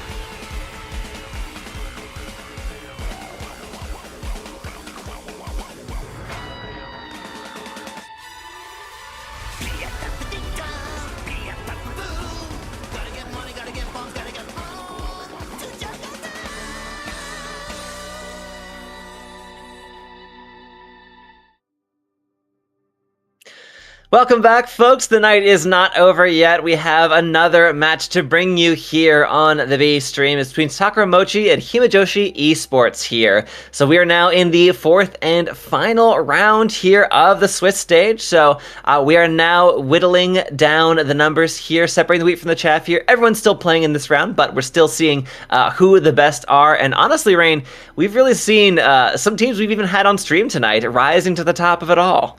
Yeah, that's absolutely true. We've had some really fantastic matches here. I mean, getting to see two different matches from that round 3 on stream here in the B stream. But yeah, round 4, we're looking at Sakura Mochi versus Himejoshi Esports. So both of these teams middle to bottom kind of the pack right now, so still have an opportunity to try and find their way into things here as we take a look at the standings so far. Now, Overworked and Fried Puppies, those top two, have already clinched their spots, so no matter what the results are of this fourth round, those two teams will be for sure playing tomorrow in those final the playoffs. Yeah, so it's just between, Freaky Ferrets, Big Chunga, and Billings Boomers have the chance to lock down their position there in that top 4. And the rest, of course, gotta fight it out. I mean, it is going to be difficult, of course, finishing all the way down there, but we're looking at these top 5 here to be your main finishers here. Everyone else, it's just for positioning. We're just trying to see who's looking the best, who's finding themselves most comfortable here in this fantastic tournament here. And of course, let's, of course, mention the reason for the tournament overall here. It is Watch Over Palestine, folks. If you are so inclined here, you can give yourself, you can do a nice little donation here supporting the UNRWA, so it's response to the Gaza Strip here and what is going on. So please, anything at all you can donate to support. They're doing such great work there, supporting refugees, again, especially dealing with children here from this crisis. So yeah, fantastic cause to support. It's the reason why we're all here and we're all donating. Speaking of donations, you might notice at the bottom of your screen there, that used to say a goal of 3,000. We hit that just a few minutes ago, thanks to all of you. So because of that, the goal has been raised once again to 3,500, folks. So if you want to be a part of that, please do give a donation here. Plenty of ways and chances to do so. There we go. Yeah, so some folks thanking us for running a good cause. And of course, everyone is here doing the absolute most and doing the best for such a fantastic cause. And everyone, thank you so much for donating. Really, this could not work without you. So thank you so much. Yeah, taking a look over at some rewards for donating, including a super cute Pachamari sticker there that you can get for a $3 donation. And then a handful of other ones, including some custom player challenge goals. So take a look at those. And I mean, Rags, here for this match specifically, both of these teams actually have donation options for the other team. So for the side of Sakura Mochi, they will donate $10 for every 0-person grab and Flux, and their support will play Mercy for a map for a $10 donation. On the side of Himejoshi Esports, they will donate $10 for every 0-person Diva Bomb. So a whole lot of pressure on the tanks in this series to either miss your ultimate or try and hit it, I guess, depending on what we're really looking at. Yeah, and of course, and that same pressure on your opposition. If you really want to deny that value and get that donation, well then scatter to the winds, my pretties. Do not get caught up in those massive tank ultimates. But folks, we are going to dive into the first map pretty soon here, still getting that sorted for you. These two teams have had of course, we've had 3 rounds so far.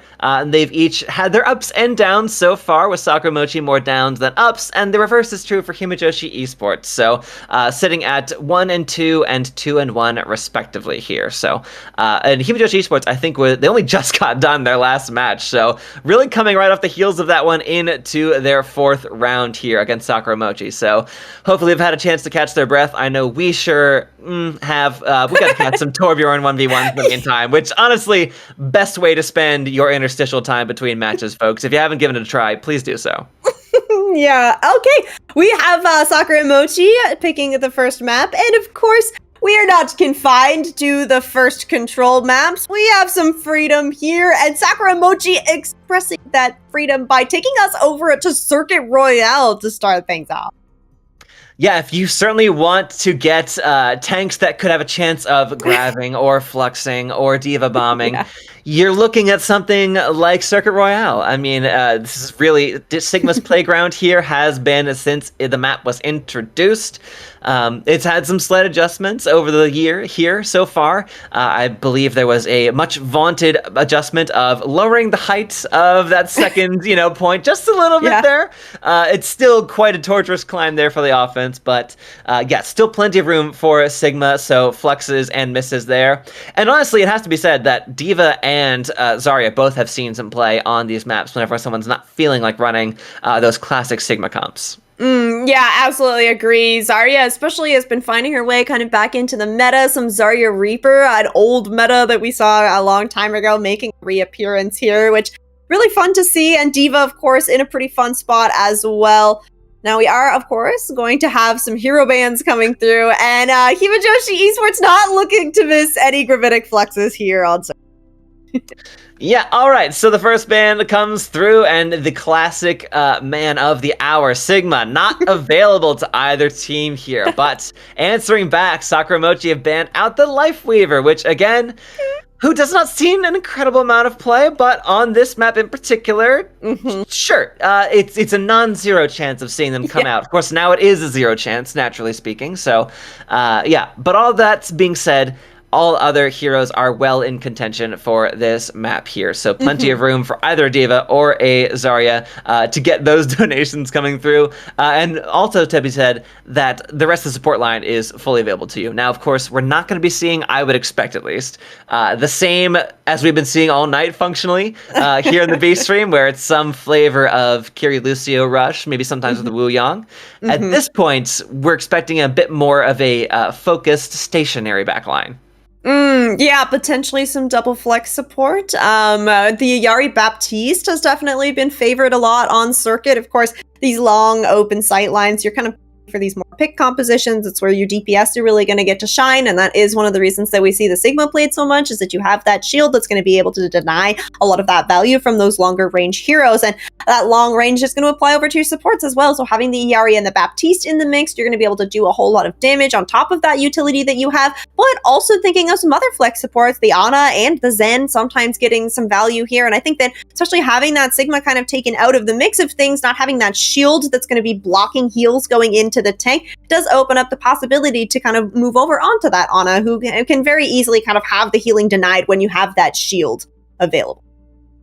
Yeah, a no Sigma, you're absolutely right, Rain, means so much more value to be had for these supports who really, rely on their sort of feast or famine playstyle here, whether you need to get value out of both the Sleep Dart and the Anti-Nade. If you've got a Sigma, of course, that's running interference on both the Dart and, between the shield, between the Kinetic Grasp, there's a bunch of tools you have there. So if you're playing a faster style, a more rush-based, and of course, if they are running a D.Va, that also becomes a bit of a moot point for an Ana, but as well as a Baptiste has to be said. So it's really your projectile healers that have to watch out if a D.Va decides to come the way, either on offense or defense. I mean, there's still plenty of room to run.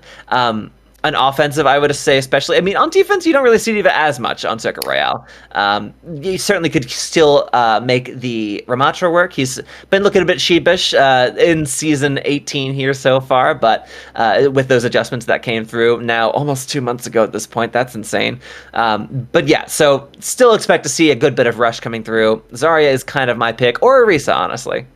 That's true. Yeah, the Orisa definitely in a good spot as well. And it's nice once you build up to those kind of major perks, having the option on the Orisa to move over onto the shield is often kind of picked here on circuit, because again, it's the DPS heroes that are being played are not necessarily going to be those kind of shield break heroes. We're often seeing the Ashe, the Hanzo, which yes, can do a lot of shield break, but it's not really your main goal. The Widowmaker, all of these heroes that are going to be denied a lot of value if you have a shield to kind of work around here. So Circuit Royale has always been kind of the playground of DPS players. That's where you really get a chance to shine through. And I think that having it as a first map in the series is going to put a lot of pressure on your DPS to really perform here. You don't get that control map to kind of warm up and get ready for things. But we are in round 4, so both of these teams have played already. So hopefully you are all warm and ready to go. But you mentioned it earlier, Rags, that Himejoshi Esports basically coming off the heels of a map already, that last one running quite late. So maybe a little bit warmed up, but also maybe a little bit more tired, right? Maybe Sakura and Mochi a little bit more feeling fresh for this round. for. Yeah, I'm very curious to see exactly, how they're running. At this point, it's essentially 6 maps right in a row if this goes all the way to 3 for them. So that could be quite a toll it could take on you coming forward here.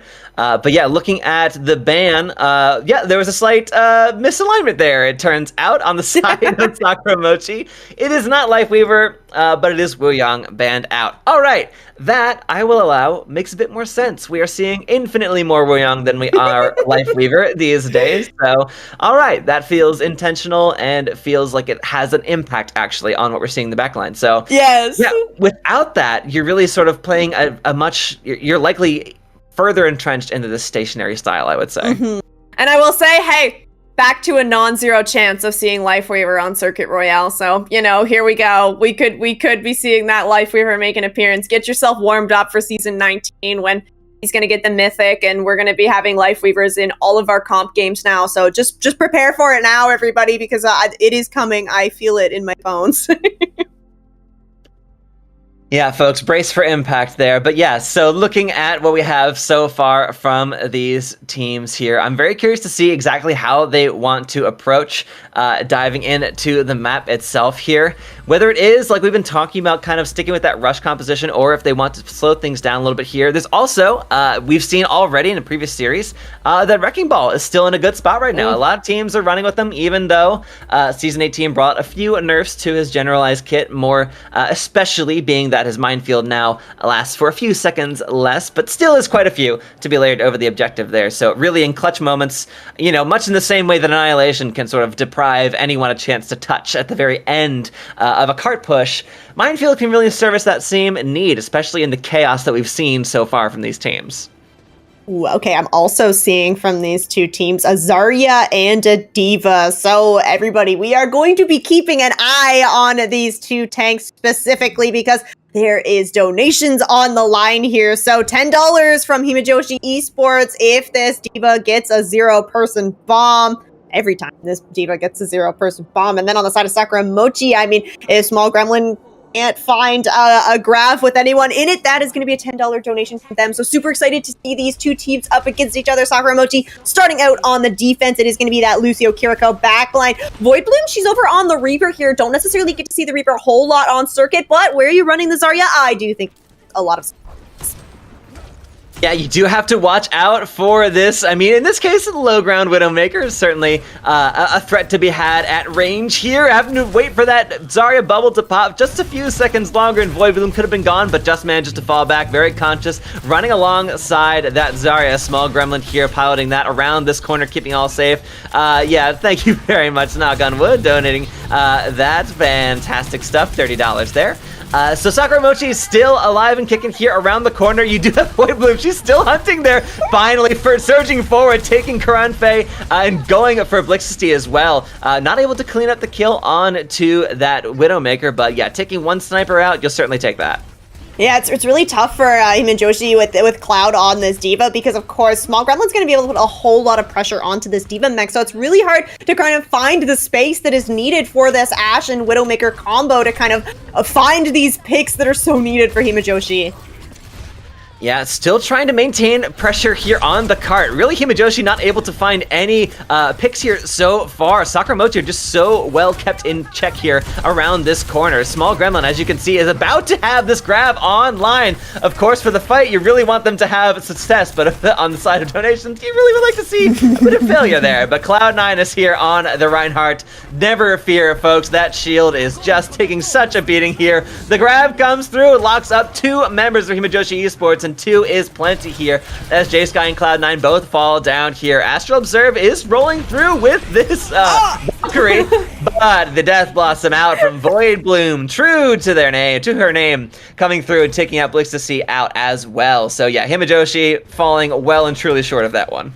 Okay, Blixty, they are going to swap over, match this Reaper of Sakura Mochi, and you have this window from JJ Sky ready to go here. Really great point to use this. All of Circuit Royale, really great. Long sight lines, and this window alone could create a whole lot of space here, or you could use that to actually counter Soprich that has this Kitsune Rush ready to go on the side of Sakura Mochi. Yeah, Soper just rushes online. Expect her to use that immediately as this fight kicks off here. The Immortality Field already spent out from J-Sky, though, as Patroclus cleans that out. And Pausane taking Karanfei down as well. That is another nail in the coffin here for Himejoshi Esports offense. They're going to have to slow this down yet again here. All being found and spotted out. Small Gremlin, they're just lobbing those right clicks in, trying to find J-Sky out on the high ground, but just able to get away with their life here for a few moments longer. Does have that window online. Karanfei with that bob as well. Should be just enough to open things up for Himejoshi. Yeah, this overclock now ready to go. 60 seconds, you heard it there, folks. Himejoshi Esports just have not been able to get around this first corner. JJ Sky still has this window ready to go. The bob from Karanfei, he's going to have that ready to go very soon as well. You're going to throw that as far back as you can to try and get an angle here against Sakura Mochi, who's just been in control this entire time. Let's just see swapped over to this Reaper here, has to be said, but unfortunately just eating so much damage on the approach here. This has been so hard for Himejoshi to get around this corner here, but those early kills of the Small Gremlin and Void Bloom should be just enough to open things wide open here, as the Bob and the Window, the two tools exactly what they needed for Himejoshi here, turned out to be all that was necessary, crucially holding on to that Kitsune Rush of Astral Observe for the next engagement. Yeah, I love that window from JJ Sky. He sees that, 4 people from Himejoshi get caught in that grab as Small Gremlin tries to push forward. It's that window that actually acts kind of as a defensive ultimate, absolutely obliterates Small Gremlin. So some progress being made here for Himejoshi, but the overtime is starting. Cloud9 holding around the corner here, but the beat comes out from Patroclus. Void Bloom also has that Death Blossom rolling over Cloud9 as they take an express trip back to spawn here. Overtime Wick burns down. And all of that effort for naught on the side of Himejoshi Esports there. Sakura Mochi held that corner so long and so effectively that by the time by the time Himejoshi were even in spitting distance of that first objective, there was nothing they could do against the face of such aggression out. Patroclus's beat alongside Void Bloom's Death Blossom turned out to be just the kryptonite to crack all the remaining members of Himejoshi Esports wide open. Just absolutely devastating combination. Not much you can do in the face of that. No, and we can see Patroclus and Soprich, the back line for Sakura Mochi, not a single death between them. So these supports have been up the entire time, and Void Bloom on that Reaper, 10 limbs. I mean, she has been absolutely killing it on this hero. Looks like Sakura Mochi gonna stick with a very similar composition potentially for their attack. Maybe we see Pausane move over onto the Freya. I think that could be a really fun one to see. Himejoshi Esports on the defense now, trying to have a very strong hold on this first point. Looking to have Blixty and Karanfei go over onto the Widow and the Ashe here. Nice long-range damage. I like Cloud9 moving over onto the Ramatra as well. We kind of mentioned it. He's maybe not getting nearly as much playtime as he did in the previous season, but still a strong tank, and you're going to have that shield to be able to have a little bit more presence kind of in the front line, and that's going to create space for your DPS to work with. JJ Sky, he's over on the Zenyatta as well, so I think that Discord Orb could be very, very helpful at trying to burn through Small Gremlin on this Zarya, who has been so far doing a very, very good job kind of controlling this front line for Sakura Mochi. Sakura Mochi paying a little bit of respect to this double sniper composition on the defense, but the second they're around that corner, you've got Void Bloom. She's already diving in onto the high ground there, smiles blood in the water, and dives directly onto Karanfei. No chance at all to get away with your life intact. Blixty falls down as well. Soprich, however, is taken down on the side of Sakura Mochi, but the rest of the team is still alive and kicking its Astral Observe. Oh, you gotta feel bad for her there, just facing down the face of death that is Void Bloom. Yeah, Void Bloom just can't be stopped. I mean, she TPs in, does a whole bunch of damage, gets the bubble, so you can't even force out the Wraith, and is just absolutely obliterating Himejoshi Esports, who now are on the face of this golden box of victory. They have to touch this point. Cloud9 is doing everything they can to hold down the objective, but unfortunately the rest of Sakura Mochi are just flying high above, as Pausane here on this fray is able to launch in so many bolts, taking out Blixty, and the rest of the team, well, they do not want any of the smoke that Sakura Mochi are bringing to the objective. But unfortunately, that means the map is well and truly done in Sakura Mochi's favor. I mean, honestly, on that offense, blink and you miss it there. Void Bloom, well-deserved player of that map there. She cracked those offenses wide open, and even on the defense was truly the deciding factor in holding those doors so often. Yeah, really showing why Reaper is getting a lot more playtime now, especially she's really using that TP perk to kind of the extent that it needs to be used for. It's just like getting these really, really fast teleports in. You have the aggression, you have the damage, and then you have the Zarya bubble to kind of follow up and just finish everything off. So Sakura Mochi looking fantastic here, getting us started out on Circuit Royale. And Himejoshi Esports, I mean, now, of course, this is a first to two still, so you're facing kind of match point here. But, you know, there's still another map to be had, and gonna try to pull it back, tie this series up, try to take us to that third map. Honestly, Rain, I love getting to see something that's not Control first. I mean, it's had such a different tempo for the series here. You really don't have that sort of 3-round easing it in. You know, if we fall down on the first round of 3, that's okay. We can still come back and take the second 2 afterwards. No, it's kind of all in here. You have your offense, you have your defense, that's it. And unfortunately, the offense out from Himejoshi Esports just was not powerful enough to break through this sort of, you know, full-on brick wall that was the defense out from Sakura Mochi. Yeah, just at every point, though, you had Small Gremlin and Void Bloom just either in some back corridor or just around a corner, always ready to jump scare you. I mean, 'tis the season, of course. Basic haunt actors in the two of them that they are. So, yeah, really an absolutely devastating duo between them. And the rest of the team sort of orbiting around them, keeping them all safe there. I honestly was a little surprised to see both the sniper picks coming out from Himejoshi Esports almost always living on the low ground, really looking a bit vulnerable to that ground-based offense.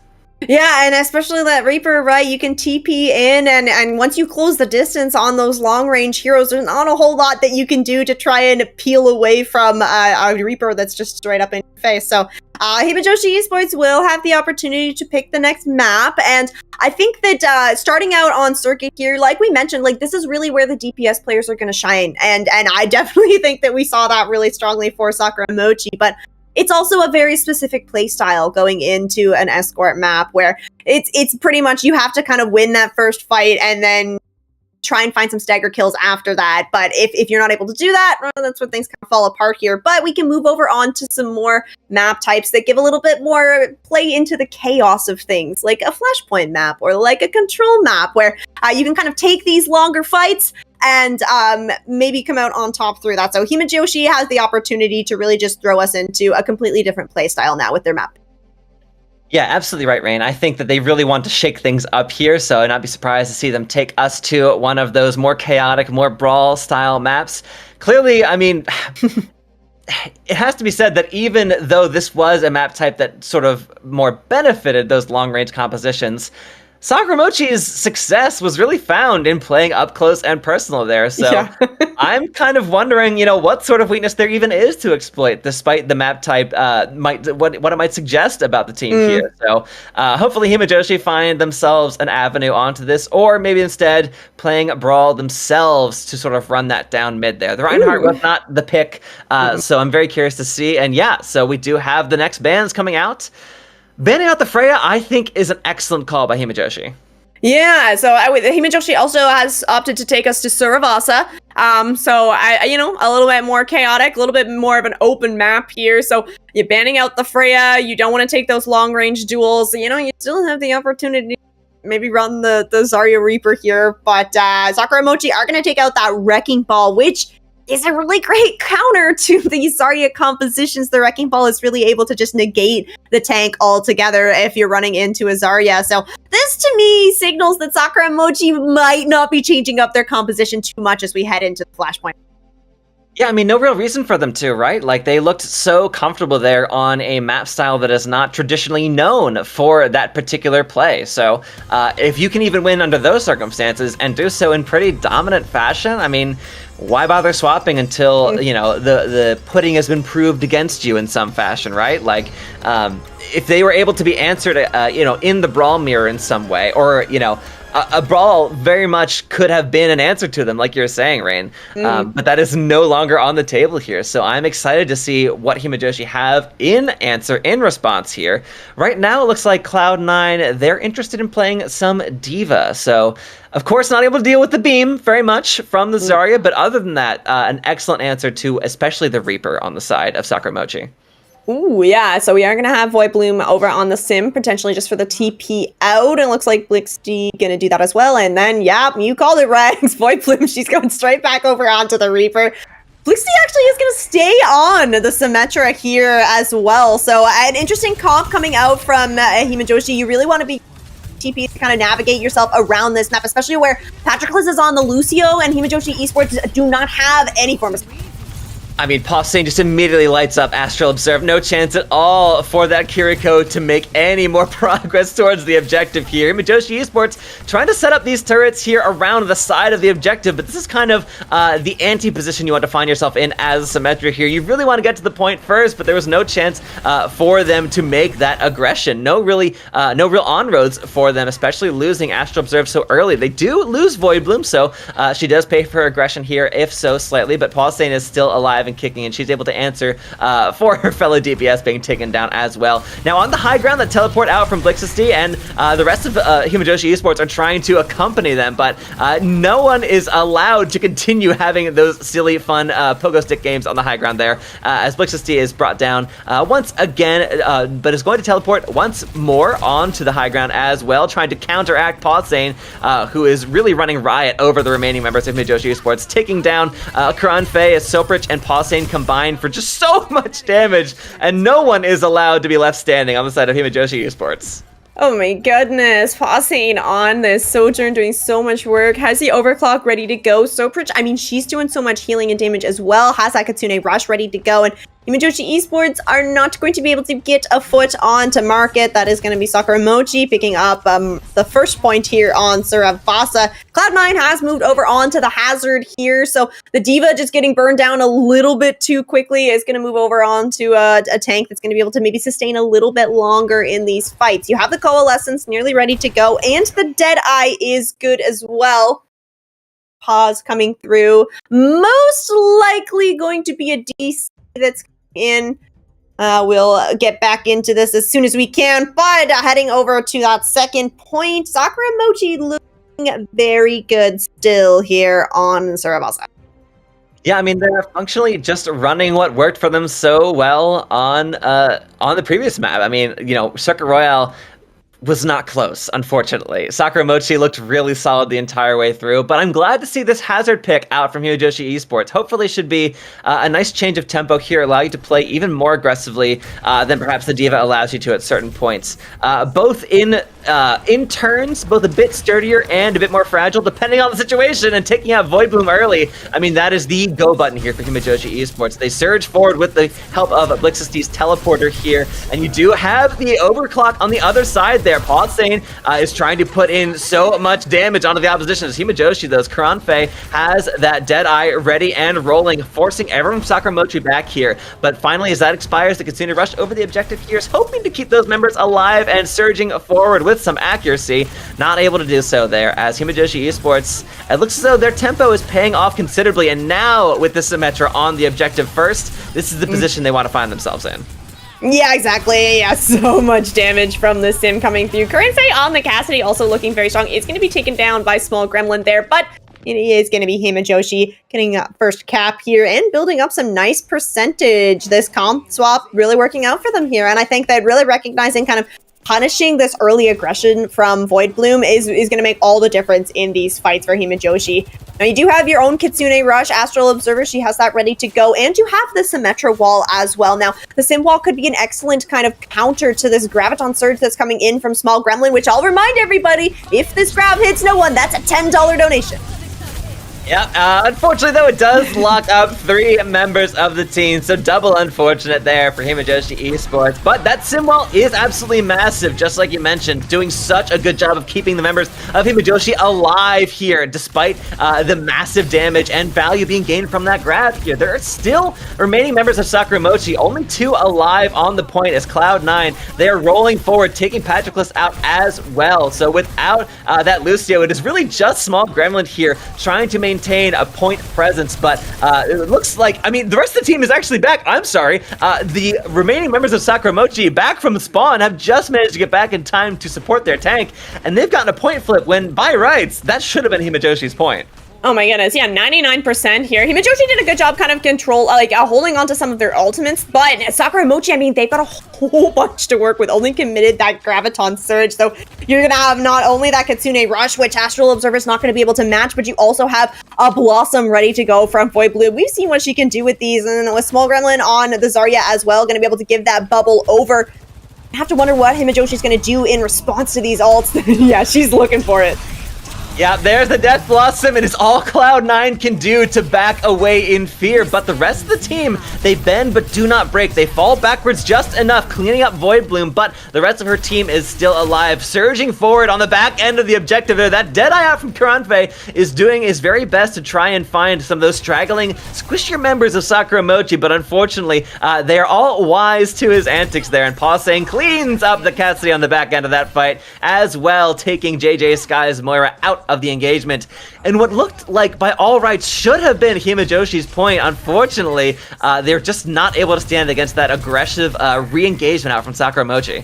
Yeah, Pausing had an excellent angle here. She sees that, everybody from Himejoshi kind of backing up from those stairs because of the Blossom from Void Bloom, and that's when Pausing's able to kind of go back in. Everybody's just used their cooldowns, you hit the overclock, and you hit all of the shots to go along with it. So Sakura and Mochi putting themselves at a map and series point here as we head over to Palace for potentially the last point here on this flash.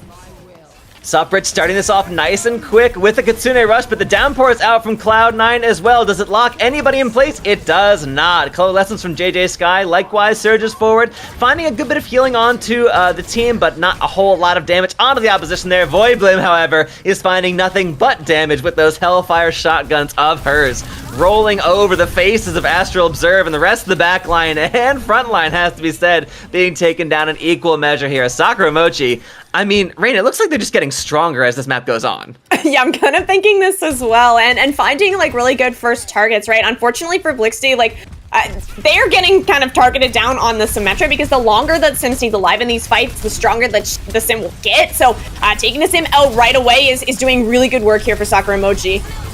Grab ready for Small Gremlin, gets taken down to a sliver of health and is just able to build up enough charge to make that grab truly worth it at the end of the day. And the rest of that fight, I mean, blink and you miss it. Void Bloom is there doing Void Bloom things, and Pausing as well, cleaning up as only a masterful Sojourn player could. Yeah, both DPS ultimates ready to go here for Sakura Mochi. This percentage building up very, very quickly does mean that this is potentially going to be the last fight here. Himejoshi do have JJ Sky moving over on the Wuyong here. You have the Sim wall to work with, and you're slowly building up to that Deadeye as well, but just the DPS ult to try and make this happen. Yeah, but that is all they have, and it has to work here. Otherwise, that is going to be the series well and truly over. The Sim wall does come out. Portents off the rest of the team from their opposition. Excellent dodge coming through from Karanfe, who still is holding on to this Deadeye, so they did not have to spend every single one of their ultimates, every single one of their two ultimates, it has to be said, in this engagement here. And really good use of that Sim wall out from Blixty. So they've bought themselves another life in this map. Yeah, and you have built up to this Tidal Blast from JJ Sky as well. This could be really, really deadly going over onto Cloud9 on this Hazard, because of course the Hazard's going to be able to do so much burst damage. If you have that CC to go with it, that's great, but you're down the Cassidy, you're down the Deadeye.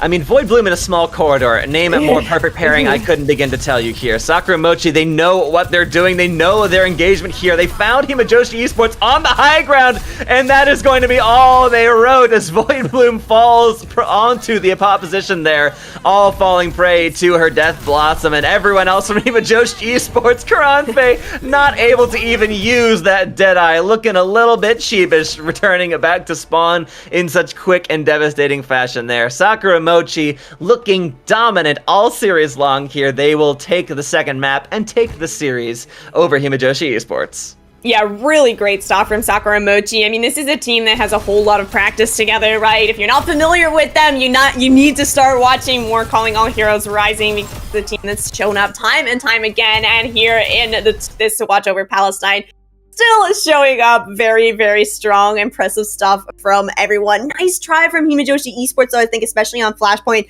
we got to see them shine through a little bit more, but it's hard to contest against the likes of Void Bloom and Pausing. Those BS for the side of Sakura Mochi just doing so much work.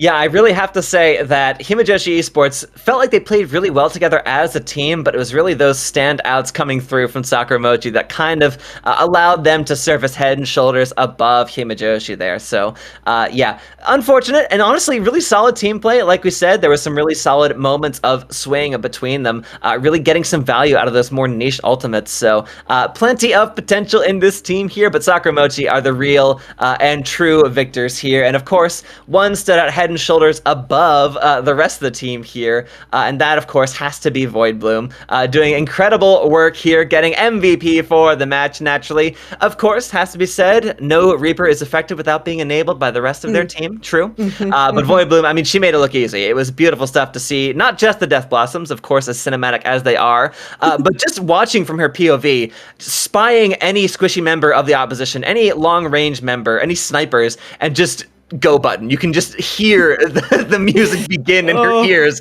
as she just devours the souls of all remaining members. Honestly, terrifying. I would not want to face her in game. No, I wouldn't either. Like, your head has to be on a constant swivel if you're one of these support players or any squishy, really, because she's lurking in the shadows, and as soon as she pops out, you are dead. It's too late. So yeah, showing really why a Reaper is getting so much playtime. Really well played from Void Bloom, and everyone else. Like you said, Rex, you know, the Reaper has to be supported, and I think that we saw that definitely with Sakura and Mochi. Fantastic teamwork all around for them.